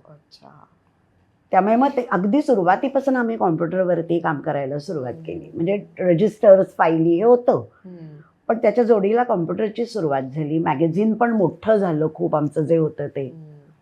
नंतर मग ते बंद केलं, कारण मग ते लोक आम्हाला म्हणायला लागले की मुंबईमध्ये लोकलमध्ये जाताना आम्हाला ते घेता येत नाही, ते मोठं झालं आता तुमचं. 400 पानी असायचं, 400 पानी वर आणि 400 पानी वधू हा. एवढं ते मोठं झाल्यावर मग ते, आणि तोवर काय झालं की लोक कम्प्युटरला युज टू झाले, म्हणजे पालक मंडळी पण, सगळेच. हा. त्यामुळे मग ते बंद केलं नंतर. पण मग तेव्हा जेव्हा तुम्ही विचार केलात की आता आपण अनुरूप मध्ये हो. जाऊन आता हे वाढवूया, तेव्हा एकमेकांशी डिस्कशन केलं तुम्ही? करत होतो हम्म. रोजच घरामध्ये त्याच्यावरती व्हायचं. ते प्रोग्राम जे आत्ता सांगितले ते त्यातनंच निर्माण झाले. वेगवेगळे अनुभव येत गेले. मग आता हाही कार्यक्रम करू, तोही कार्यक्रम करू, अच्छा. असं बोलत गेलो. तरी वाद आमचे खूप व्हायचे. हा. म्हणजे म्हणजे कसे सोडवायचात कसे वाद? नाही, ते सुटायचे नाहीत ऍक्च्युली. मला ते जाणून घ्यायला आवडेल की त्याच्यातून मार्ग कसा काढलात? थोडं सांग सांग सांग. थोडीशी मजा अशी झाली की आर्थिक बाजू माझ्याकडे असल्यामुळे हा. माझं असं म्हणणं होतं की आपण हळूहळू जाऊ. हम्म. खूप एकदम ऍड्स करायच्या आणि मग आपल्याकडे तेवढा स्टाफ नाही, तर एकदम वाढलं तर आपल्याला ते झेपणार नाही, अच्छा. असंही वाटायचं मला. आणि स्टाफ अगदी कमी होता. सुरुवात तर अगदी मी एकटीच होते. मग आम्ही दोघं मिळून करायला लागलो. मग एक एक एक एक स्टाफमधले मेंबर वाढायला लागले. परंतु खूप जास्त कर्ज काढू आणि मग आपण ॲड करू, याला माझा विरोध होता. आणि याचं म्हणणं असं होतं की एकदम मोठ्या प्रमाणावरती सुरू करू, उडी मारू असं. हां. त्यामुळे मग तिथे तो वाद व्हायचा. हा. आणि मग मला असं वाटायचं की नाही, आपण नाही, लोन नाही काढायचा आपण कुठल्याही परिस्थितीमध्ये. मग तेव्हा असं म्हणायचं, तू ट्रॅडिशनल आहेस, तू अजून जुन्या काळात आहेस, तू कर्ज नाही काढत वगैरे असं. पण मी म्हणायचे असू दे, मी ट्रॅडिशनल असले तरी किंवा जुन्या काळातली, आपण हळूहळूच जाऊया, आपल्याला झेपेल तसं करू. आपल्याला आधी जो आपला विचार आहे तो लोकांपर्यंत पोचवू दे. कारण तो विचार तेव्हा सुद्धा खूप महत्वाचा होता. म्हणजे लग्नात आमचं टॅगलाईन होती, इथे लग्न जमते. तर तिथपासून आपण टिकण्यासाठी प्रयत्न करू. पण तरीही काही गोष्टी ह्याच्या मला खूप आवडायच्या. म्हणजे आता समजा अगदी बोलायचं तर काही एखाद्या कास्टची स्थळं कमी आहेत, तर मग त्यांच्याकडनं पैसे नाही घ्यायचे. किंवा एखाद्याला काहीतरी शारीरिक मानसिक व्यंग आहे, तर मग त्यांच्याकडनं पैसे नाही घ्यायचे. हे आजपर्यंत पाळतो. म्हणजे तर हे जे एक भान आहे, सामाजिक भान, हे ह्याच्याकडे खूप जास्त आहे. आणि ते मला खूप आवडलं होतं. आणि ते आपण अनुरूपमध्ये करायचं असं पण मला वाटत होतं की आपण एका समाजाचे भाग आहोत. तर आपल्याला लग्न ही खूप मोठी गोष्ट आहे. आपण जे काम करतो, आपलं जे डोमेन म्हणतो आपण आत्ताच्या भाषेत, तर त्या डोमेनमध्ये राहून समाजकार्य आपल्याला कसं करता येईल याचा विचार सतत डोक्यामध्ये होता, पण आजही आहे. आणि त्याच्यात आम्ही काही काही संस्थांची मदत घेतली. आता फिट येणारी व्यक्तींची संघटना आहे. ओके. त्याच्यानंतर कोड असलेली, पांढरे डाग असलेल्यांची संघटना आहे. एक काय म्हणतात त्याला, अपंग याची संस्था आहे. ह्या सगळ्यांनी आम्हाला सहकार्य केलं आणि त्यांच्या सगळ्या मेंबर्सना आम्ही फुकट दिलं. अजूनही असं होतं की अडॉप्ट करतात लोक, तर त्यांच्याशी पण लग्नाला पटकन कोणी तयार होत नाही. हां, तर ती पण एक संस्था आहे, त्यांच्याशी जोडून घेतलं आम्ही. तर हे सगळं करत असताना आज तागायत नाही. आता तन्मय आहे, अमेय आहे, तरीही हे भान कुठे सुटलेलं नाहीये. कारण हे जे आता कार्यक्रम म्हणणं ना, हे सगळे कार्यक्रम विनामूल्य असतात. यातला एकाही कार्यक्रमाला पैसे नाही घेतले जात. कारण त्याचं कारणच ते आहे की तुम्ही या लग्नातलं शिक्षण घ्या आणि तुमचा संसार छान पद्धतीने तुम्ही जगा. लग्न सुंदर आहे. कितीही जरी म्हणलं आज लोक की लिव्ह इन मध्येच राहतो, लग्न करत नाही, जरूर राहा, लिव्ह इन मध्ये राहा, पण जोडून घेणं एकमेकांशी, याला पर्याय नाहीये. कुठेही कसेही राहिला तरी सोबत, आपल्याला सोबत हवी आणि सोबत राहणं ही गरज आहे प्रत्येक माणसाची. त्यामुळे तुम्ही राहा कसेही, पण आपल्याला दोघांना त्याच्यातले चांगले गुण हेरणं, आपल्यातलं त्याच्याकडे काहीतरी पास ऑन करणं, याला पर्याय नाहीये. आणि इनफॅक्ट अनुरूप शोच्या पाठीमागे हीच कल्पना आहे ना की 40-50 जोडपी कसं सहजीवन जगतात हे लोकांना ऐकायला मिळावं. माहिती पण नसतं काय असतं असं. त्या कॉमेंट्स वाचल्यानंतर तुमच्या लक्षात येईल की लोक अशी भारावून जातात की की असं कधी मी पाहिलंच नव्हतं. पण हे गुड, हे आमचं सामाजिक काम आहे की जे हजारो लाखो लोकांपर्यंत आम्ही सातत्याने तुम्हाला सांगा, कुठेही अशा पद्धतीचा शो तुम्हाला कुठलाही पॉडकास्ट मिळणार नाही. खरं. त्या पॉडकास्टमध्ये एक काहीतरी सेशन करतात, लग्न कसं आहे वगैरे वगैरे, पण सातत्याने आपण हे करत राहणं खूप महत्त्वाचं आहे. कुठल्याही घरामध्ये आणि लग्न करायचं असं ज्या वेळेला डिस्कशनला सुरुवात होते तेव्हा पहिलंच प्रश्न त्या किंवा त्यांच्या डिस्कशनमध्ये येतं कसं करूया, म्हणजे सोहळा. हा, तर- वेडिंग वेडिंग आणि मॅरेज यातला जो फरक आहे, फरक आहे. तर मुळात असं आहे की लग्नाची मानसिकता आधी तयार केली पाहिजे. किंवा आता आम्ही मुलामुलींना विचारतो की काय बदलतं लग्नानंतर, तर म्हणतात जबाबदारी येते. कुठली तर आर्थिकच्या पलीकडे त्यांना सांगता नाही येत. खूप सारं बदलतं, सगळ्यांचं बदलतं. एक व्यक्ती घरात आहे ते फक्त तिचंच बदलतं असं नाही, त्याचं बदलतं, त्याच्या आईबाबांचं बदलतं, तिच्या आईबाबांचं बदलतं. कारण इतक्या वर्ष ती घरात आहे, आता ती दुसऱ्या घरी जाते. तर किती जरी आपण गृहीत धरलं की मुलगी जाणार आहे तरी आई कुठेतरी हिरमुसलेली असते, वडिलांना चैन पडत नसतं. त्यामुळे त्यांचीही मानसिकता बदलते. एक नवीन व्यक्ती येणार म्हणून त्याच्या आईबाबांची मानसिकता बदललेली असते. तर याची सगळ्याची सांगड. म्हणून मला असं नेहमी वाटतं, म्हणजे नाडकर्णी सरांचं योगदान आम्हाला का वाटतं की प्रत्येक गोष्टीच्या मागची मानसिकता उलगडणं हा प्रवास खूप सुंदर असतो. म्हणजे आता एखाद्या माणसाबरोबर जेव्हा आपण राहतो तेव्हा तो माणूस म्हणजे उलगडत जाणं. आताच्या मुलामुलींना मी सांगताना सांगते पहिली 1.5-2 वर्ष कमी बोला. आपल्या बरोबर राहणारी जी व्यक्ती आहे तर ती रेस्पॉन्ड कसं करते, ती नेमक्या इमोशन्स कशा दाखवते, तिला काय वाटतं नेमकं, हे जाणून घेणं हा प्रवास खरोखरी सुंदर आहे. आणि हे सगळं मला नाडकर्णी सरांनी शिकवलेलं आहे, बाबांनी शिकवलं, म्हणजे अनिल अवचटांनी शिकवलेलं आहे. तर मला हा खूप भाग्य वाटतं आमचं. खरंय. आणि हे तुम्ही समाजात जेव्हा सगळ्यांना सांगायला जाता तेव्हा तुम्ही ते घरी कसं अप्लाय करता? आम्ही एक साधारण किती 2005 वगैरेच्या सुमाराला, 2000 ते 2005 किंवा आधी पण असेल ना, आम्ही नांदू या सौख्यभरे नावाचं वर्कशॉप घ्यायचो. आणि त्याचं नांदू या सौख्यभरे हे नामकरणच यासाठी होतं की नांदा सौख्यभरे असं म्हणून टाकलं त्यांच्या अंगावरती. आपण असं नाहीये. तर आम्ही त्या प्रवासात आहोत अजून. किती वर्ष लग्नाला झाली तरी जोडून घेणं, समजून घेणं, ऍडजस्टमेंट याला पर्याय नाहीये. किंवा सर सांगायचे आम्हाला नेहमी की प्रवासाचं समाधान हे नेहमी जास्त असतं मुक्कामापेक्षा. तर कधी असं होत नाही ना की आता आम्ही ग्रॅज्युएट झालो, पोस्ट ग्रॅज्युएट झालो, आता आमचं मस्त, आता भांडणच नाही होणार. असं होत नाही. आपण सतत दर क्षणाला बदलत असतो, ऐकत असतो, वाचत असतो, कुणाकुणाला भेटत असतो. तर त्याची सांगड आपण एकमेकांमध्ये घालायची. पण ती प्रॅक्टिकली तुम्हाला ही हो, आपल्या येते. घरी करता आली? हा, कधी कधी येते, कधी कधी नाही येत. तर आम्ही त्या नांदू या सौख्यामध्ये बरेच वर्कशॉप होतं, त्यात आम्ही भांडणाचे नियम सांगायचो. अच्छा.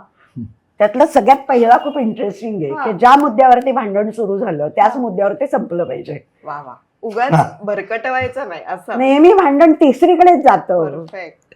सगळ्यांच्याच बाबतीत होतं हे. पण जर हा नियम पाळला तर मला असं वाटतं 3 मिनिटात संपतं भांडण. क्या बात, मला हे खूप आवडलंय. पुढचे नियम पण इंटरेस्टिंग आहेत. सांगा सांगा, आता तुम्ही सांगा. दुसरा नियम आहे की आज सुरू झालेलं भांडण चंद्रोदयापूर्वी संपवायचं. आजचं उद्या कॅरी फॉरवर्ड काही करायचं नाही, अमावस्या असली तरी. अमावस्या असली तरी. तिसरा महत्त्वाचा नियम की आपण किती वेळ भांडायचं याचा अलार्म लावा. 15 मिनटं, 20 मिनटं, 25 मिनटं. अलार्म झाला की बंद. तर आमच्या भांडणाने त्यांनी अर्धा तास लावलं. म्हटलं छे पुरत नाही, पाऊण तास कर. पुरला नाही अर्धा तास. हे सगळं आणि घरी अप्लाय केलं तुम्ही? करतोय, अजून करतो. अजून प्रयत्न चालू आहे? प्रयत्न नाही, करतोय बऱ्यापैकी आहेत. आणि म्हणजे मतं तर वेगळी वेगळी असतात. आमची पॉलिटिकल मतं 2 टोकाची आहेत. बापरे. त्यामुळे मला पेपरमधले जे दिसतं ना ते ह्याला कधीच दिसत नाही, ह्याला दिसत ते मला दिसत नाही. आणि का माझी अशी सुरसुरी असते हा. की गौरीला ही थोडी सरकारविरोधी बातमी आहे, ती ऐकवावी. मी म्हणजे तू मला का ऐकवतोस, तुला माहिती आहे की मला ते आवडत नाही. वा वा, आम्हालाच खूप काही काही शिकायला मिळतंय ह्याच्यातून. पण तुमच्या आठवणींविषयी सुद्धा आम्हाला जाणून घ्यायचं आहे. तर तुमचे काही फोटोज आहेत आपल्याकडे जे आम्ही तुम्हाला दाखवणार आहोत आणि तुम्ही तेव्हाच्या आठवणी आम्हाला सांगणार आहात. ओके. आई शपथ. तन्मयच्या अमेयच्या लग्नात लग्नातलं आहे. मोठा मुलगा आहे ना माझा, हा. त्याच्या लग्नातला म्हणजे हा 2009. 2009 मधला आहे. किती गोड फोटो आहे. सुंदर फोटो आहे. खूप केस होते तेव्हा. आणि अजून बारीक होतो. हा. आणि माझे काळे होते. फारच सुंदर आहे फोटो. हा कुठल्या तरी ट्रिपचा आहे आपल्या. मला नीट बघू दे. बघा बरं. हा रॉकी कॅनडाला आम्ही गेलो होतो, त्या टूरला कॅनडाच्या गेलो ट्रिपला होतो. गेलेला. तिथे त्याच्या ते पाठीमागे जे दिसतंय ते तिथे त्यांचं असं प्रदर्शनासारखं आहे ओके. आणि तिथे जाऊन तुम्ही बघू शकता. वा. मला नव्हतं आठवला. हा बराच जुना आहे. आई ग, हा खूप भारी आहे फोटो. हा कोणी काढलाय सांगू? हा अनिल अवचडांनी फोटो काढलाय. ओ, किती छान. आणि ज्या वेळेला आमचा रंगलग्नाचेच वर्कशॉप होतं तेव्हा बाबा म्हणजे अनिल अवचड बोलायला आले होते. तर ते नेहमी कॅमेरा असायचा त्यांच्याकडे. बरं. आणि मग ते म्हणले इतके छान दिसतंय, मी लगेच तुमचा फोटो काढतो. आ, वा वा. कमाल. कुठून मिळवलात तुम्ही फोटो?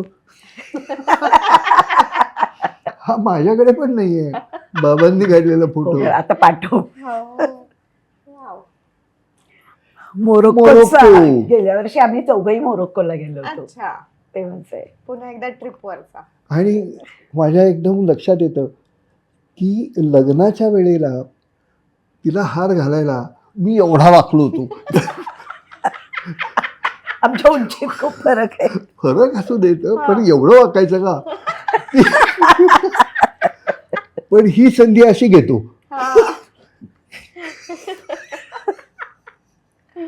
वा वा. स्वित्झर्लंडचा आहे. हा स्वित्झर्लंडचा आहे. सुंदर आहे फोटो. आपण फारच छान. मागचा स्वित्झर्लंड, आत्ताचं नाही. मागचं मागचं हे पण मागचं. तेव्हाच आहे. तेव्हाच स्वित्झर्लंडच आहे. लग्नातला, अमेयच्या लग्नात. मेच्या लग्नातला. हो, आयुष्यात पहिल्यांदा मी म्हणजे माझ्या लग्नात नंतर किती 30 वर्षानंतर कोट घातला होता. अमेयच्या लग्नात. एकदम असा फॉर्मल आणि हो. फोटो शूट केलेला. हा, photo असाच आहे आहे तो. ना? तसंच केले ना. हा, सुरुवातीला हल्ली फोटोग्राफर तुमचं आधी कपडे बदलून शूट करतात हा. आणि मग काय ते जायचं ते जा.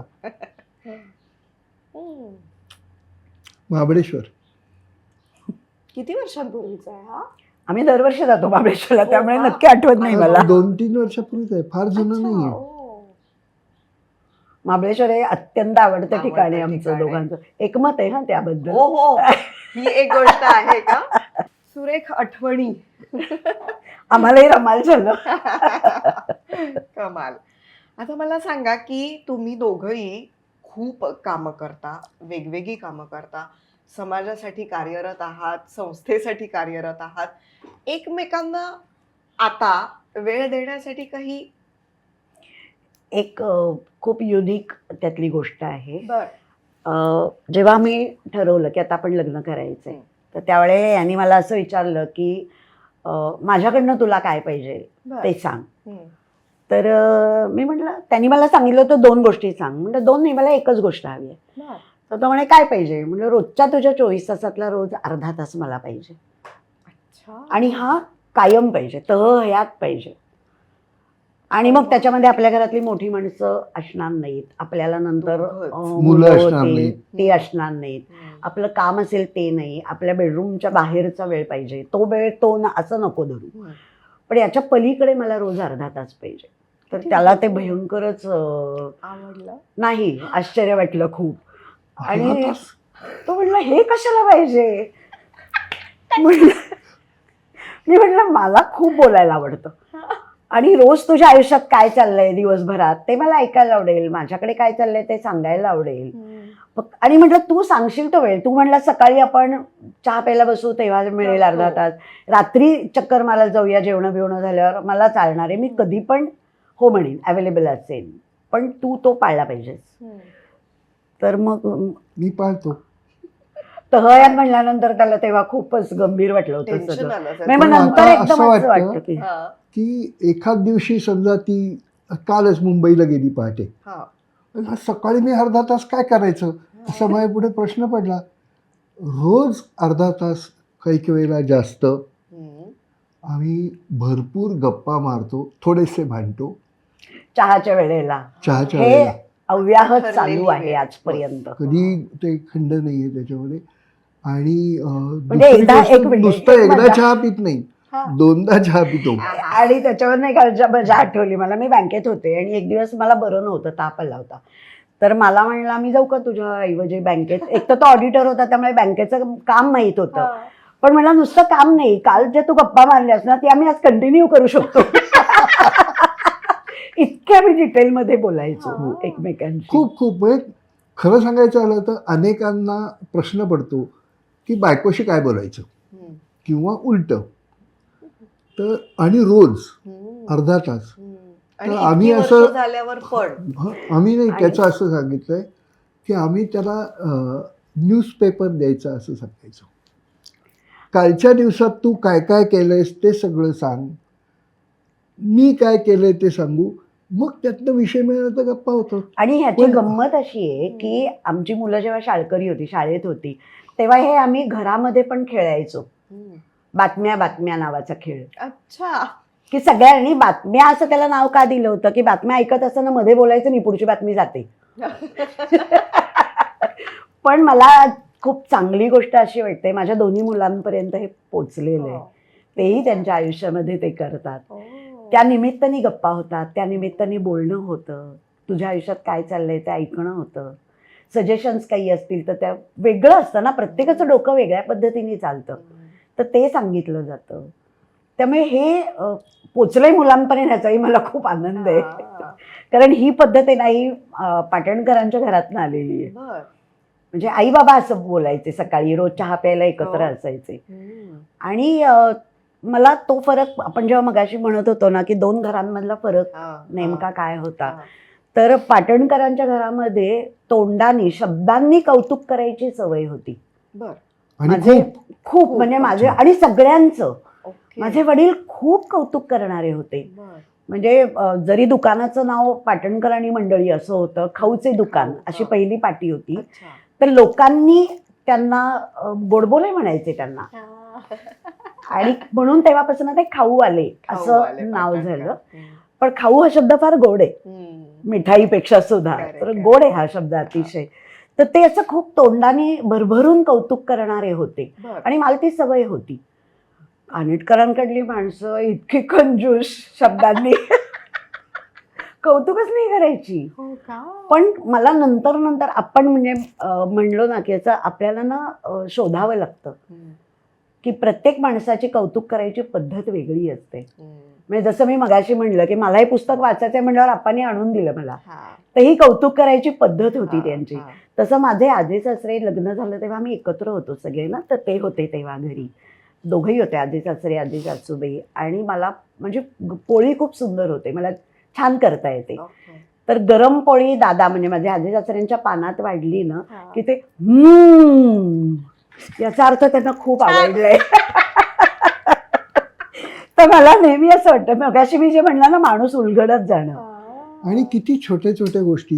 हिला आमच्याकडे काका हलवाई नावाचं दुकान आहे, त्याच्याकडे खव्याची खरखरीत बर्फी मिळते बर. आणि ती रवाळ असते सहसा ती सुद्धा अशी. कुठेही मिळत नाही. पण ते आमच्याकडे आले की गौरीकडे 100 ग्रॅम फक्त मोजून माझ्यासाठी आणून द्यायचे आणि मला सांगायचं तूच खा फक्त. हे लाड ना. असे म्हणजे ह्या जो फरक आहे ना, तो सुरुवातीला असा वाटतो, पण मग नंतर आपण जेव्हा विचार करतो ना, त्यावेळेला असं लक्षात येतं की अरे प्रत्येक माणसाची पद्धत वेगळी आहे, ती आपण समजून घेऊया.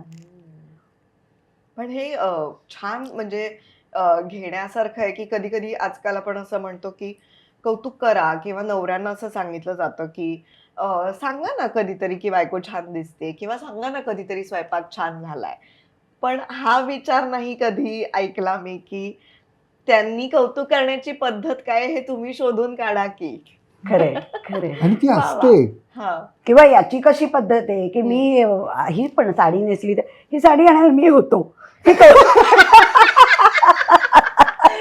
गोड आहे. म्हणजे ही कौतुक करायची पद्धत आहे की ती ती चांगलीच आहे म्हणजे असं. हा, तू छान दिसतेस असं नाही, मी होतो यावेळी. वा वा वा, कमाल.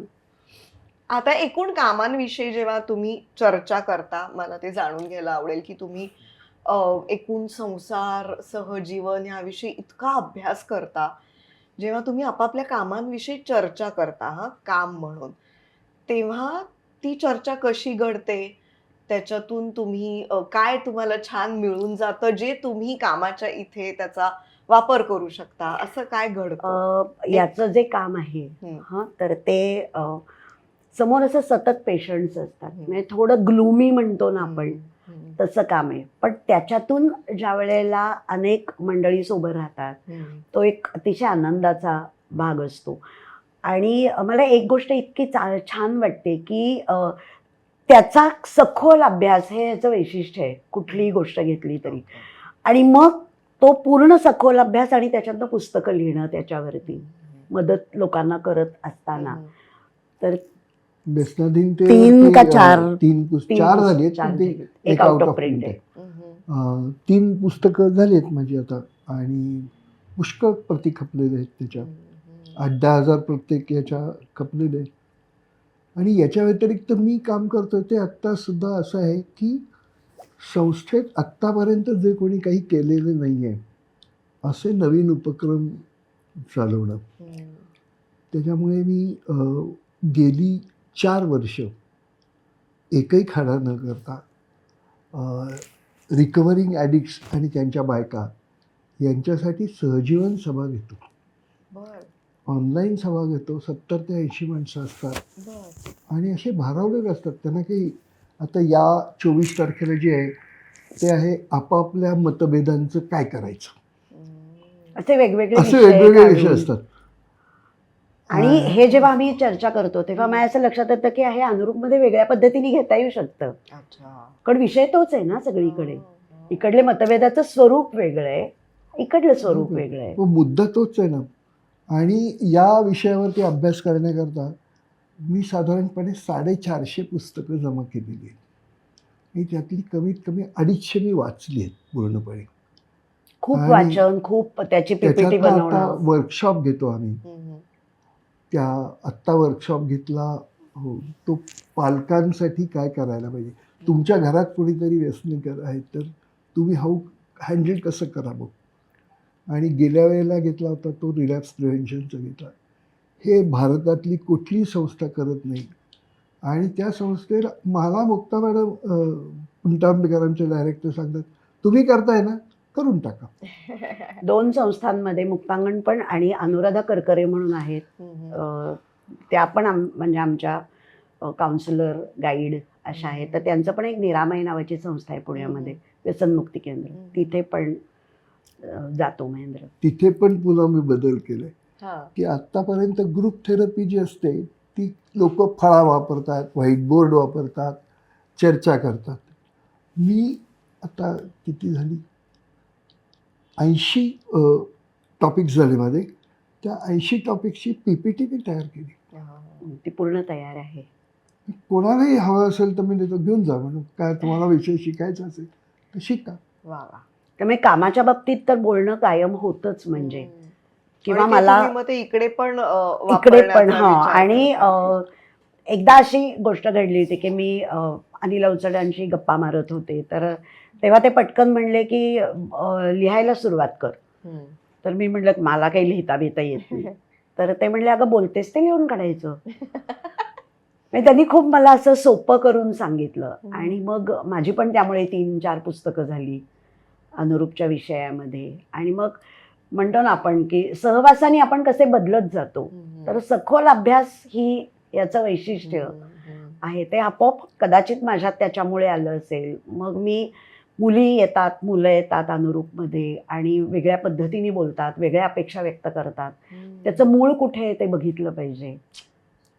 पण माझं बेसिक डिग्री होती ती BCom होती. मग त्याच्यानंतर मी MA केलं, मग PhD केलं. तर मला वाटतं ही कानिटकरांची देणगी आहे. आता एक थोडासा गेम खेळूया का? थोडस तुम्हाला मी लहान करते. चालेल का तुम्हाला? चालेल चालेल. वा, वा. वय लहान झालेलं कोणाला नाही आवडणार. ना, जरा पाटी पेन्सिल आणि असं काहीतरी गंमत करूया. ओके. ओके ओके करायचंय असं की तुम्हाला आता 45 वर्ष तुम्ही एकत्र आहात, त्यामुळे आपण यांना ओळखलं तर का, असा हा खेळ आहे. तर मी काही प्रश्न विचारणार आहे आणि तुम्ही ना एकमेकांची उत्तरं लिहायची. ओके. सो मी जे विचारीन त्यात सर काय करतील हे तुम्ही लिहायचं आहे आणि तुम्ही गौरीताई काय करतील हे लिहायचं आहे. ओके. आणि ते लिहून झालं थोडं मोठ्या अक्षरात की दोघांनी उत्तर आम्हाला दाखवायचं आहे समोर कॅमेराला आणि मग तुम्ही चेक करायचं की बरोबर उत्तर दिलंय का. एकच प्रश्न ना? नाही, असे बरेच प्रश्न आहेत. एका वेळेला एकच प्रश्न. अवघड आहे ना. नाहीतर काय. ओके. सो तुमचं आवडतं डेस्टिनेशन कुठलं जिथे परत परत फिरायला जावंसं वाटेल. तुम्हाला सरांचं लिहायचंय आणि तुम्हाला गौरीताईंचं लिहायचंय. सरांचं रेडी आहे. दोघांचंही सेम आहे, महाबळेश्वर. ओके. आम्हाला मुलं म्हणतात तुम्हाला दुसरं काही सुचत नाही का? सारखं तिथे जातो. मी त्याला एवढं सांगितलं महाबळेश्वरला जाण्याचा मुख्य उद्देश पल्लोड असतो. अच्छा. साड्या घ्यायच्या असतात. हवा पण छान असते मग महाबळेश्वरला. आवडतं आम्हाला पुण्याहून महाबळेश्वर. जवळ पण पडतं. अनेक गोष्टी आहेत. खरे. मनात आलं की निघता येतं. आवडती फिल्म कुठली जी परत परत बघायला आवडते? तुझी नाही का? अरे बापरे. सरांची लिहायची. हो, परत परत मला वाटतं ते बघतच नाही हे, ना. एक पण किंवा नाही. आवडती फिल्म लिहा. तरी अवघडच आहे. मग काही कार्यक्रम किंवा रेडी आहे उत्तर. ओ काय लिहिलंस? अवघाची संसार. काय? मला तर नील असं लिहिते मी. वा, चालेल की दाखवा आम्हाला. कारण रोज नाही, नाही. तेच तेच बघतच नाही ना. तेच तेच बघितलं म्हणजे आवडलं नाही असं नाही. एकदा बघून सुद्धा आवडतं. धुरंधर. शोले. ओ, शोले शोले. पण मग हे उत्तर बरोबर आहे. छे, चुपके चुपके जास्त. नाही नाही, पण मला सांग, म्हणजे हे चुकलंय चुपके चुपके 8 वेळा बघितलं असेल. हा. पण ही कुणीही नसताना समोर आपल्या अवघाची संसाराची गाणी बिणी बघत चालले. राजगोसावी इकडे तिकडे करत असतो काहीतरी. तू काही बोलतोय. अशी एखादी डिश जी बऱ्याच वेळा खायला आवडते, गौरीताईंना आवडते, ती तुम्ही लिहायची.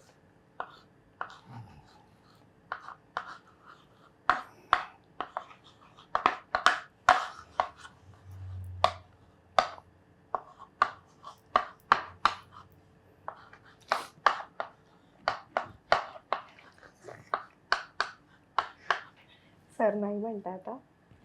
थोडंसं असं असं असं थोडंसं. अच्छा, बेक्ड व्हेज आणि पोळी भाजी. ठीक आहे. आधी नाही म्हणत होता तुम्ही सर. नाही, ठीक आहे म्हणतो मी. त्यातल्या त्यात ठीक त्याला आहे. राईस प्लेट, पोळी भाजी हेच जास्त आवडतं. साधं. आणि तुमचं एकदा दाखवा. Fish fry. Fish fry. चालेल. चालेल. ओके. या गोष्टीचा प्रचंड राग येतो सरांना.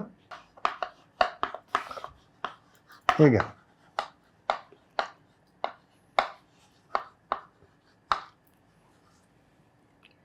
टिपिकल असण्याचा. एक हो. कंपल्सरी आहे.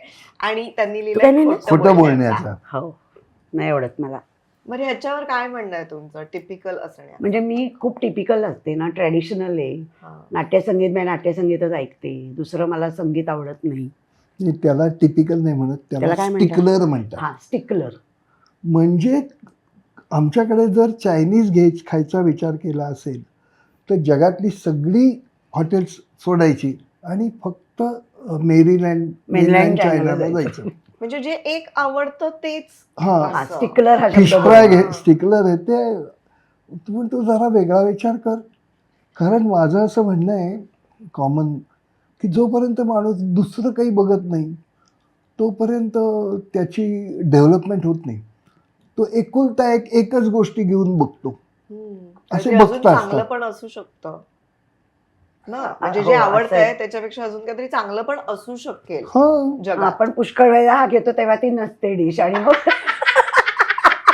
मग परत बॅक टू ओके. या गोष्टीचा कंटाळा आहे. त्याला ना. हम्म.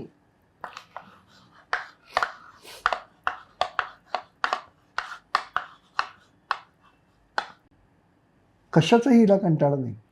ओ, सारखी ती उत्साहाने उडत असते. क्या बात है. त्यांना पण आश्चर्य वाटलंय पण. नाही ती नाही, उडत असते या शब्दावरती माझा आक्षेप आहे.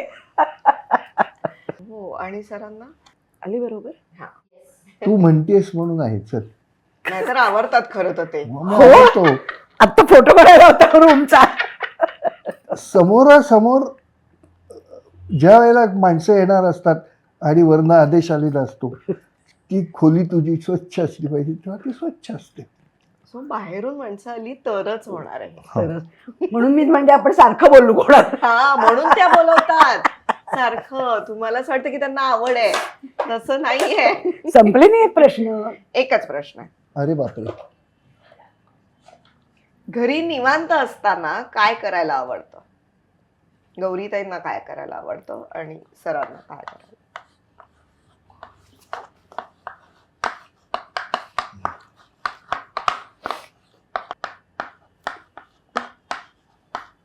मोठा आहे काय?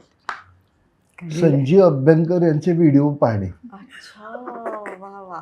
आणि ताईंनी Netflix आणि OTT. त्यात काही वादच नाही. वा वा वा वा, छान. आता मला एकूण ज्या प्रॅक्टिकल फायनान्शियल गोष्टी आहेत याविषयी सुद्धा चर्चा होते का? आणि म्हणजे कसं हँडल करायचं? आता तुम्ही सुरुवातीला म्हणालात की तुम्ही बँकेत असल्यामुळे तुमचं म्हणणं होतं की सेव्हिंग असं करायचं.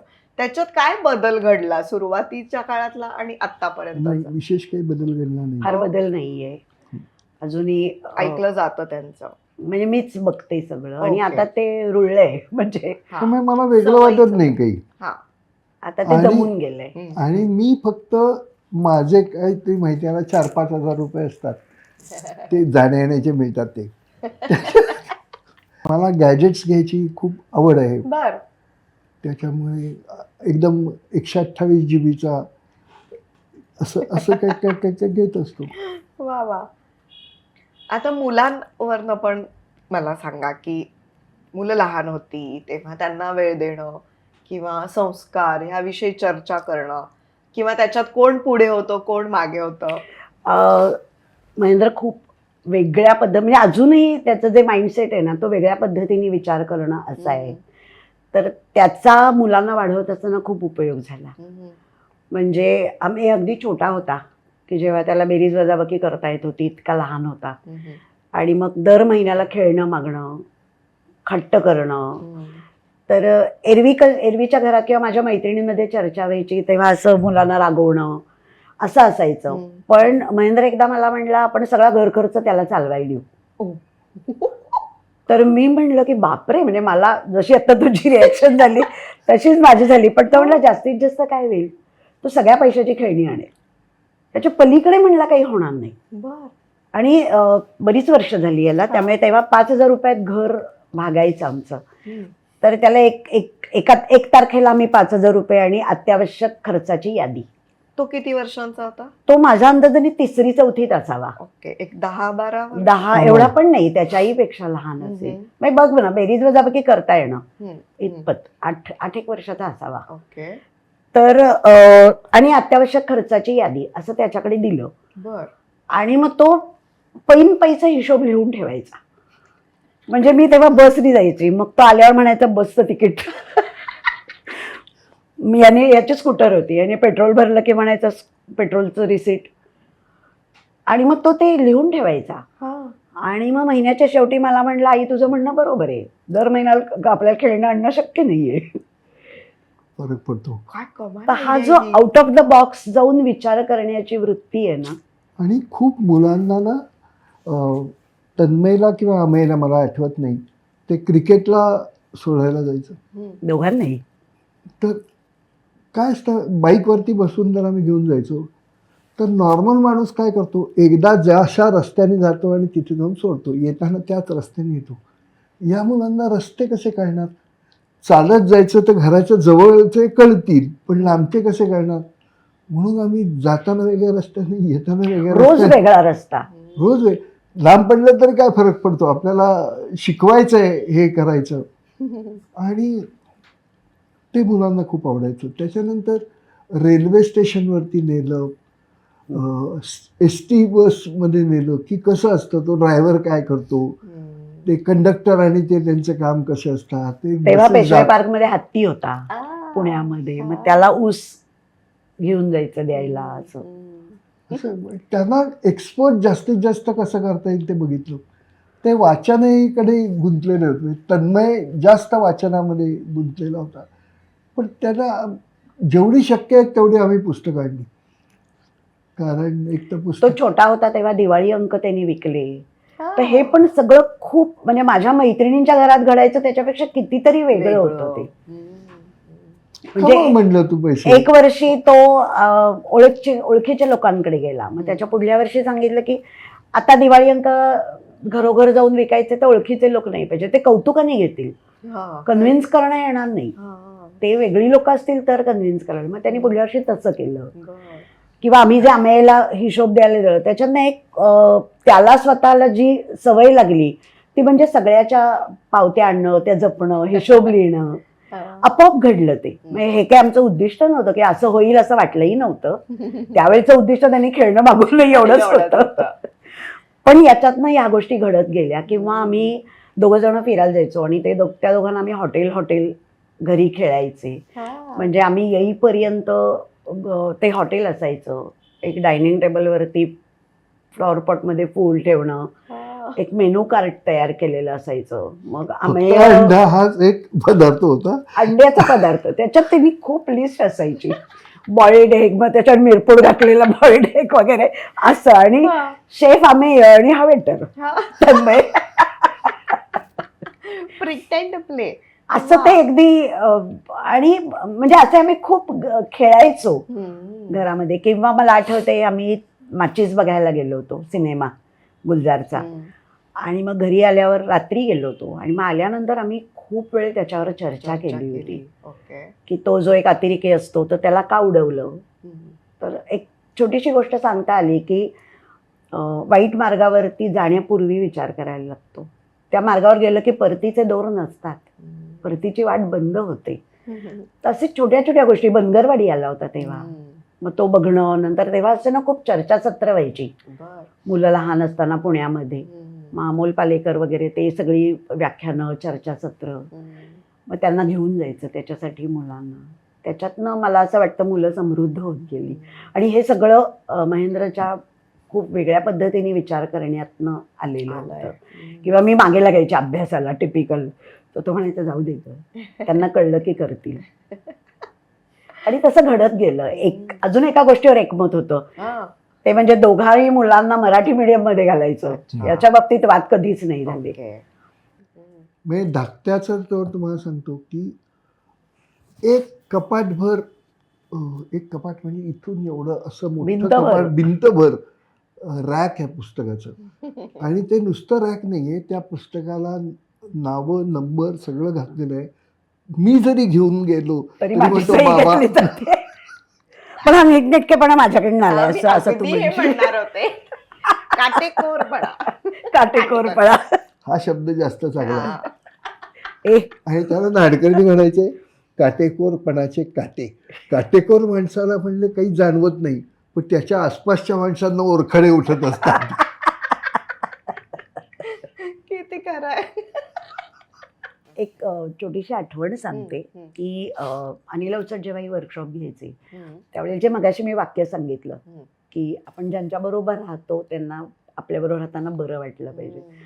तर हे जेव्हा ते सांगत होते तेव्हा तन्मयला मी घेऊन गेले होते. तन्मय छोटा होता, 7-8 वर्षाचा. आणि एकदा अशी वेळ आली की मी दिल्लीला ट्रेनिंगला गेले होते, बँकेत होते तेव्हा, आणि हा पण कुठेतरी गेला होता. आणि मी आले 8 दिवसांनी, आणि जसं मला घर हवं असतं आवरलेलं तसं आवरलेलं होतं. बर. दूध आणलेलं होतं. मामे म्हणलं आई मस्त मी चहा करतो वगैरे, आणि मग त्यांनी चहा बिहा केला. मग मी गप्पा मारायला खाली बसलो छान, आणि तन्मयीने मला कानात येऊन सांगितलं आई एवढ्यात कपाट उघडू नको. तर मी म्हटलं काहीतरी गडबड आहे. आमच्या गप्पा बिप्पा झाल्या आणि मग मी उठले की आता घरातले कपडे घालूया म्हणून कपाट उघडलं तर धाडधाड धाडधाड सगळे कपडे खाली पडले. तर तो एकदम कावरा बावरा झाला, आणि मग मला म्हणला पण आल्या आल्या तुला बरं वाटलं की नाही? तर तुला बरं वाटावं म्हणून, म्हणजे ही जबाबदारी तो घरात होता ना, तर ती त्याची होती की मला बरं वाटलं पाहिजे. तर हे असं पण झिरपतं हे मला नव्हतं कळलं तेव्हा. तर ते आज काय येते, आजही रमा कुठे गेलेली असली वर्कशॉपला वगैरे किंवा मला म्हणतो रद्दी द्यायची जरा घर आवरतो रमा यायची. वा वा, कमाल. आता मला सांगा, 50 वर्ष अनुरूप संस्था चालू आहे, तुम्ही 45 वर्ष कदाचित या सगळ्यात आहात, पण तुम्ही इतक्या जोडप्यांना बघितलंय. तेव्हाची जोडपी सुरुवातीच्या काळातली, आत्ताची जोडपी, आत्ताची पिढी, यात काय फरक आहे? खूप फरक आहे. मला असं वाटतं की आपल्याला ज्यावेळेस कुणाबरोबर तरी राहायचं असतं तेव्हा आपलंच घोडं दामटून नाही चालत. आपल्याला आपलं घोडं दामटत असताना समोरच्याचं ऐकायचं असतं. प्रिन्सिपल्स जे आपण म्हणतो. आता कालच आमचा एक प्रोग्राम होता अनुरूपचा, तर एक मुलगी भेटली आणि ती मला बोलताना असं म्हणली की सगळी मुलं ट्रॅडिशनल आहेत, असं तिने एक जनरल स्टेटमेंट केलं. म्हणलं असं का म्हणतेस? तर ती म्हणली की माझ्यासमोर एखादा मुलगा आला गप्पा मारायला, आम्ही बसले की मी सांगते मी मंगळसूत्र घालणार नाही. तर मी म्हटलं असं तू का म्हणतेस? त्याच्यावर ती म्हणली गुलामगिरीचं प्रतीक आहे. आता संबंध आयुष्याचा विचार केला तर ही खूप छोटी गोष्ट आहे.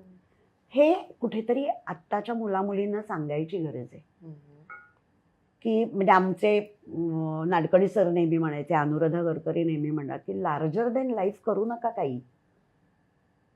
आयुष्य खूप मोठं आहे, या सगळ्या छोट्या छोट्या गोष्टी आहेत त्यातल्या. तर ही म्हणजे सो कॉल्ड प्रिन्सिपल आपण म्हणूया, ती जर इतकी घट्ट जपून ठेवलीत ना तर तुम्ही कोणाशी जमवून नाही घेऊ शकणार. सतत मी म्हणेन ते खरं असं जर व्हायला गेलं, म्हणून मी तिला तो प्रश्न विचारला की तू का म्हणतेस असं? म्हणलं तर किती लहान गोष्ट आहे. किंवा असंही होऊ शकतं की हो ठीक आहे ना, सुरुवातीला घाल, हळूहळू घरातल्या लोकांना सवय होईल, तुझ्याबद्दल प्रेम वाढीला लागेल, एखाद वेळेला तू नाही घातलंस तरी कोणी काही म्हणणार नाही, किंवा तू उलट पण होईल, तूही घालायला लागशील, घरातली माणसं प्रेम करत आहेत. म्हणजे याच्यात एक भाग आहे की तिला खरं तर मी असतो तर एवढंच सांगितलं असतं, तुझं मंगळसूत्र घालणारेस का नाही हे पहिल्या भेटीमध्ये एकमेकांशी बोलायची गोष्ट आहे का? ते तर बोललोच आम्ही, पण तिचं ते प्रिन्सिपल आहे ना, त्यामुळे ती त्याला चिकटू नये. तर जी चेकलिस्ट असते मुलींची तशी ती आहे डेंजरस. किंवा एक मुलगा आला होता आणि तो म्हणला की चॉकलेट खाल्ल्यानंतर चॉकलेटचा रॅपर खाली नाही टाकलं पाहिजे तिने. तर अरे तिने टाकलं तर मग तू उचल असं आहे. म्हणजे एवढ्या छोट्या छोट्या गोष्टी जर तर आपण हे आधी जे check काही करायला लागलो. आता खूप वेळा चांगल्या पण गोष्टी आहेत. म्हणजे मुलं खूप वेगळ्या पद्धतीने काम करतात, वेगळ्या पद्धतीने विचार करतात. ओके. किंवा आता काही वेळेला असं होतं की चालेल तुझा पगार जास्त असेल तरी चालेल, मला चालेल. म्हणजे एक समान स्त्री पुरुष समानता वगैरे ही नाही आहे अजून लग्नामध्ये. कारण आजही मुलींना जास्त शिकलेला, जास्त मिळवणारा वगैरे हवा असतो, ते ठीक आहे. परंतु या पण गोष्टी बदलल्या आहेत सगळ्या. त्यामुळे मुळात असं मला वाटतं की तुमचं प्रोफेशन, तुमचं शिक्षण, तुमचं काम रोजचं बाहेरचं, कारण पूर्वी ना आत बाहेर सारखी होती माणसं. आता माणसं बाहेर वेगळी वागतात, घरात वेगळी वागतात. हा खूप मोठा फरक आहे. पूर्वी वाडा संस्कृती होती, म्हणजे आम्ही ज्याच्यात वाढली होती की सगळ्यांची घरदारं उघडी असायची. आम्ही डबा पीस खेळायचो, लपंडा घरात जाऊन लपायचो आम्ही. किंवा ती समजा त्या घरातली काकू पुऱ्या तळते तर आम्ही कुठल्याही घाणेरड्या हाताने पुऱ्या उचलून खाल्लेल्या आहेत आणि कोणी आम्हाला रागवायचं नाही. किंवा कुठल्याही घरात जाऊन पाणी प्यायलेले, दमलोय आत्ता खेळताना, हे असलं काही आता नसतं ना. त्यामुळे माणसं खूप बदलली आहेत वागणारी. म्हणजे त्याच्या माझ्या थिसिसमध्ये लिहिताना मी लिहिलंय की माणसं अनेक रेषीय आहेत आता. एकसारखी बाहेर आत असं नाहीये, बाहेर वेगळी घरी वेगळी असं आहे आता. याचं म्हणून ते कारण आता आहे, शोधणं माणसांना, म्हणजे माणसांची मानसिकता हे अवघड होत चाललंय. लाईफस्टाईल चेंज जो मोठ्या प्रमाणामध्ये झालेला आहे, पर्टिक्युलरली मध्यमवर्गीय आणि उच्च मध्यमवर्गीयामध्ये, ह्या लाईफस्टाईलनी त्यांचे विचारही बदललेले आहेत. आणि सगळ्यात प्रॉब्लेम त्याचा आहे की त्यांना एकाच वेळेला ॲस्पिरेशन आहे आणि एकाच वेळेला अँझायटी आहे. त्यांना प्रचंड भीती वाटते लग्न केल्यानंतर काय होईल. काय होईल, मला हवं तसं नाही झालं तर. म्हणजे लग्नाच्या विचाराची सुरुवात ही ह्या मुद्द्याने होते. खूप असुरक्षितता. अँझायटी आहे आणि ती कोणी डेल्ट करत नाही. की तुम्हाला सांगितलं पाहिजे ना की ह्याला असा जो प्रॉब्लेम वाटतोय, तो तोंडाने भीती वाटते असं म्हणणार नाही, तो चिंता वाटते असं म्हणणार नाही, पण तो अस्वस्थ असेल तेव्हा तुम्हाला कळेल की हा नॉर्मल लेवलवरती नाही आहे की जिथे तो डिसिजन घेऊ शकेल. आणि अजूनही काही प्रमाणामध्ये मुलं ट्रॅडिशनल आहेत. म्हणजे त्यांना आपली बायको असावी, जशी पद्धतीने असते तशी हवी असते. त्या जे असे काही वेगळं धाडसं करतात ते थोडे असतात. अशी ना CA चे आर्टिकल करणारा माणूस लग्न करतो असे कुठे असतात का?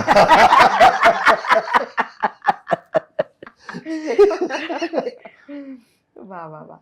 आता मला तुमच्याकडून जाणून घ्यायला आवडेल की तुमच्या मते सुखी संसाराचं अनुरूप सूत्र काय? तू 3 फक्त मुद्दे आहेत. Respect each other. दुसरा मुद्दा आहे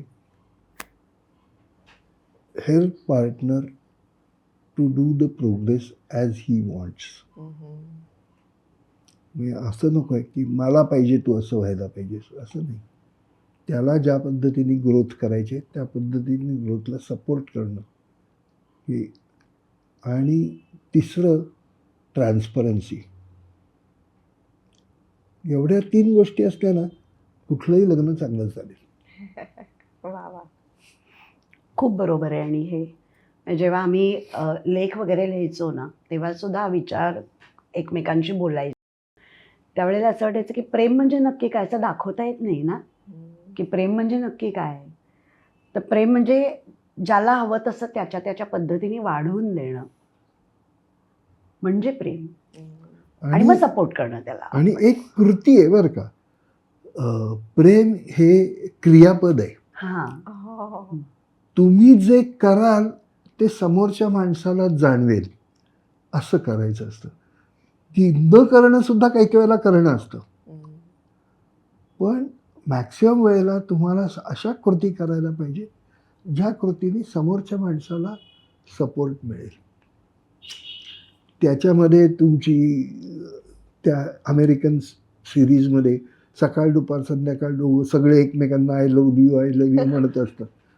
तसं म्हणण्याची काही आवश्यकता नाही आहे. आणि विशेषतः बायकांनी सुद्धा असा आग्रह धरता कामा नये की त्यांनी बोलून व्यक्त करावं.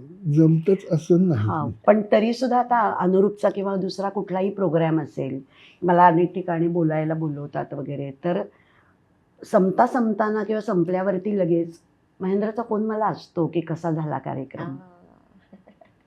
तर हे मला खूप छान वाटतं, महत्वाचं वाटतं. छोट्या छोट्या गोष्टी असतात ना. किंवा बऱ्याचदा मी दुपारी 2 वाजता येतो मुक्तांगणहून आणि ती 5ला येते. तर मी तिला सांगतो की तू निघालीस की मला सांग, म्हणजे मी चहा टाकतो. मला सुद्धा घरात आल्यावर कोणीतरी पटकन चहा दिला तर बरं वाटतं, तर समोरच्यालाही वाटत असेल. आणि गौरीच्या आयुष्यामधला चहा हा फार मोठा घटक आहे. कारण त्याच्याबरोबर गप्पा असतात. ते असोसिएशन आहे. आता तुम्ही अनेक लग्न संस्था या विषयावर वेगवेगळ्या विषयांवर बोलत असता, तर तुम्ही सासू सासरे या विषयावरही बोलता. तर तेव्हा जेव्हा तुम्ही सासू सासरे झालायत तर तो अनुभव कसा आहे, सुनांविषयी काही जाणून घ्यायला आवडेल आम्हाला. एक मिनिट. हा. सासू सासरे होताना हा कार्यक्रम करायची आयडिया गौरीची आणि माझी. बर. आम्हाला असं वाटत होतं की सासऱ्यांना माणसं कशी वागतात, सासऱ्या सुद्धा त्याच्यावरती आपण एक कार्यक्रम करावा. म्हणजे हे एज्युकेशन आहे. आणि लक्षात घ्या, जेवढी शिकलेली वयाने जास्त असतात त्यांचं रिसेप्शन कमी असतं. म्हणजे सासू सासरे होणार हे 50च्या पुढचे असतात सगळेजण. त्यामुळे त्यांना डायरेक्ट ठोकावं लागतं.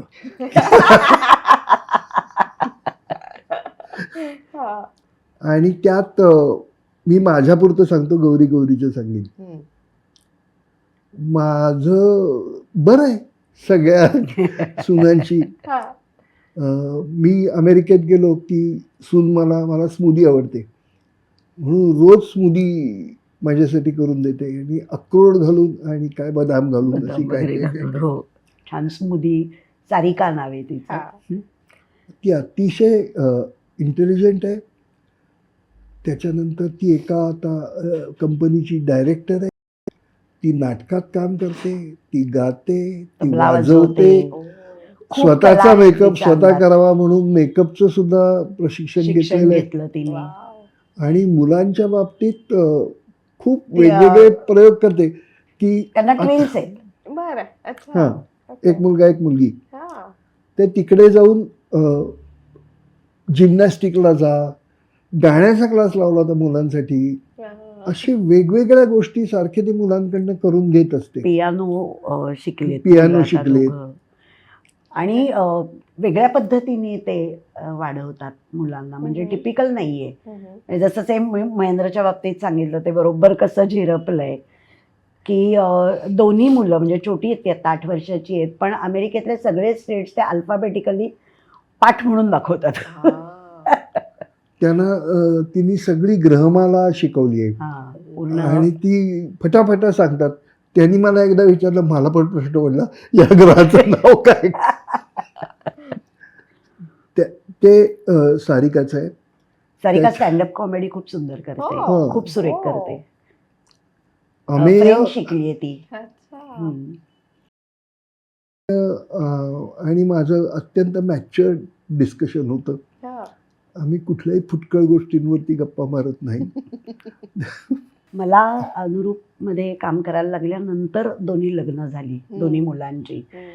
तर मला अनुरूपचा माझ्या दृष्टीने कसा उपयोग झाला, कारण खूप पालक येतात, मुलं मुली येतात, त्याच्यातनं दोन्ही सुनांशी कसं वागायचं हे मला खूप कळलं. म्हणजे मला नेहमी वाटतं की इतर कोणाहीपेक्षा अनुरूपचा उपयोग मला खूप झालाय.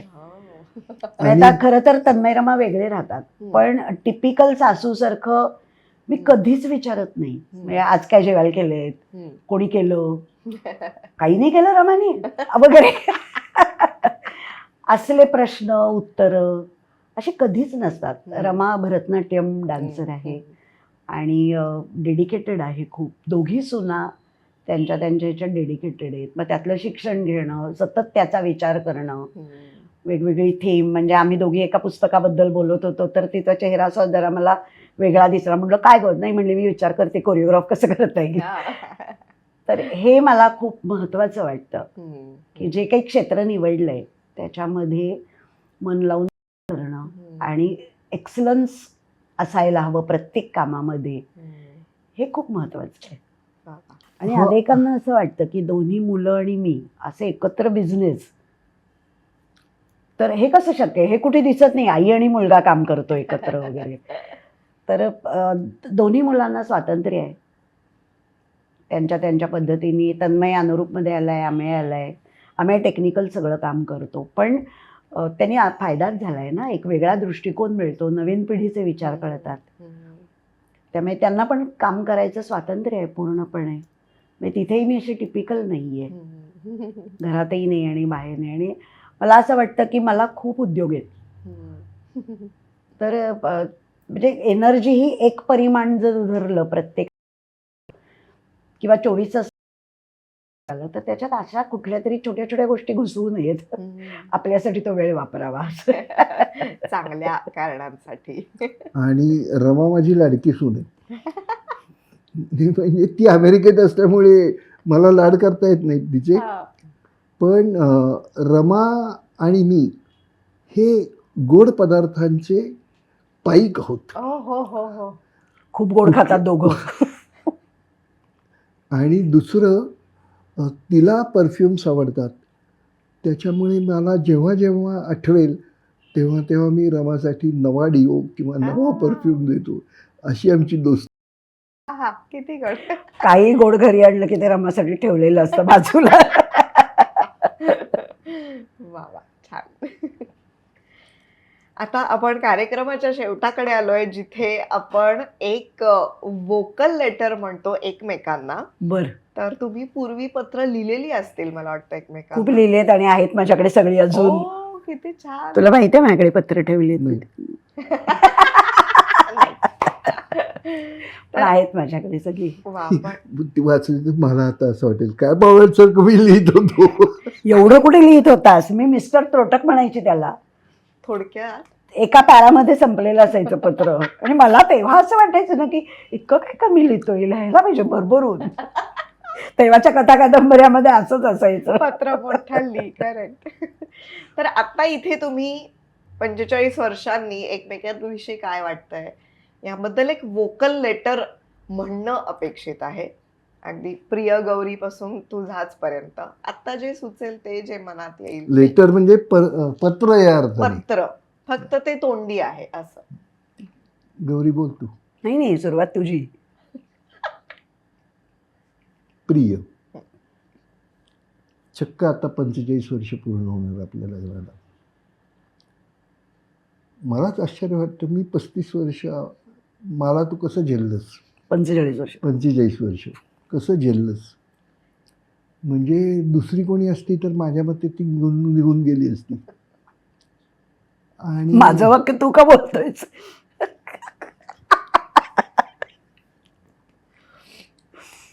आणि आता एक चांगली गोष्ट आहे की आपण हळूहळू 70कडे जाऊ. तेव्हा सगळ्यात जास्त साथ माणसांना म्हातारपणात असते.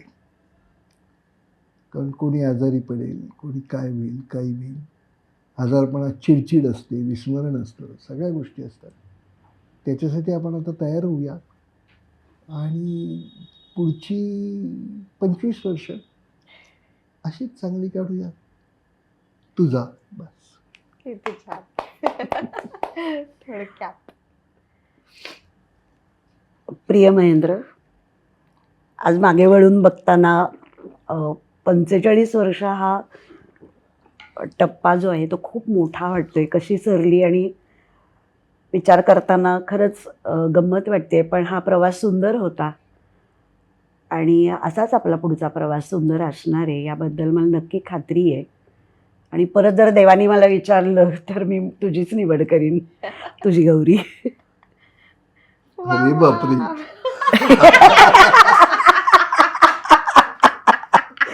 तुला हवे असो नसो. अरे बापरे, एवढीच रिॲक्शन होती. वा, कमाल. आपल्या छान गप्पा झाल्या. तुम्ही वेळात वेळ काढून आलाय आपल्याच शो कडून आपल्यालाच.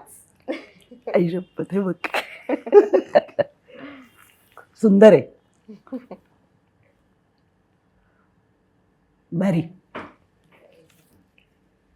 हा खास भाग तुम्हाला कसा वाटला हे आम्हाला नक्की कळवा. हा भाग आमच्या सगळ्यांसाठी सुद्धा अत्यंत खास होता, कारण हा आपला 50वा आणि शेवटचा भाग होता. अनुरूप संस्थेला 50 वर्ष झाली आहेत. सुवर्ण महोत्सवी वर्ष हे आहे.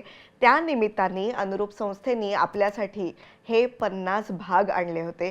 50 वेगवेगळ्या जोडप्यांना आपण भेटलो, त्यांच्याकडून वेगवेगळ्या गोष्टी आपण शिकलो, त्यांचे संसार, त्यांचे अनुभव, त्यांची नाती आपण जाणून घेतली.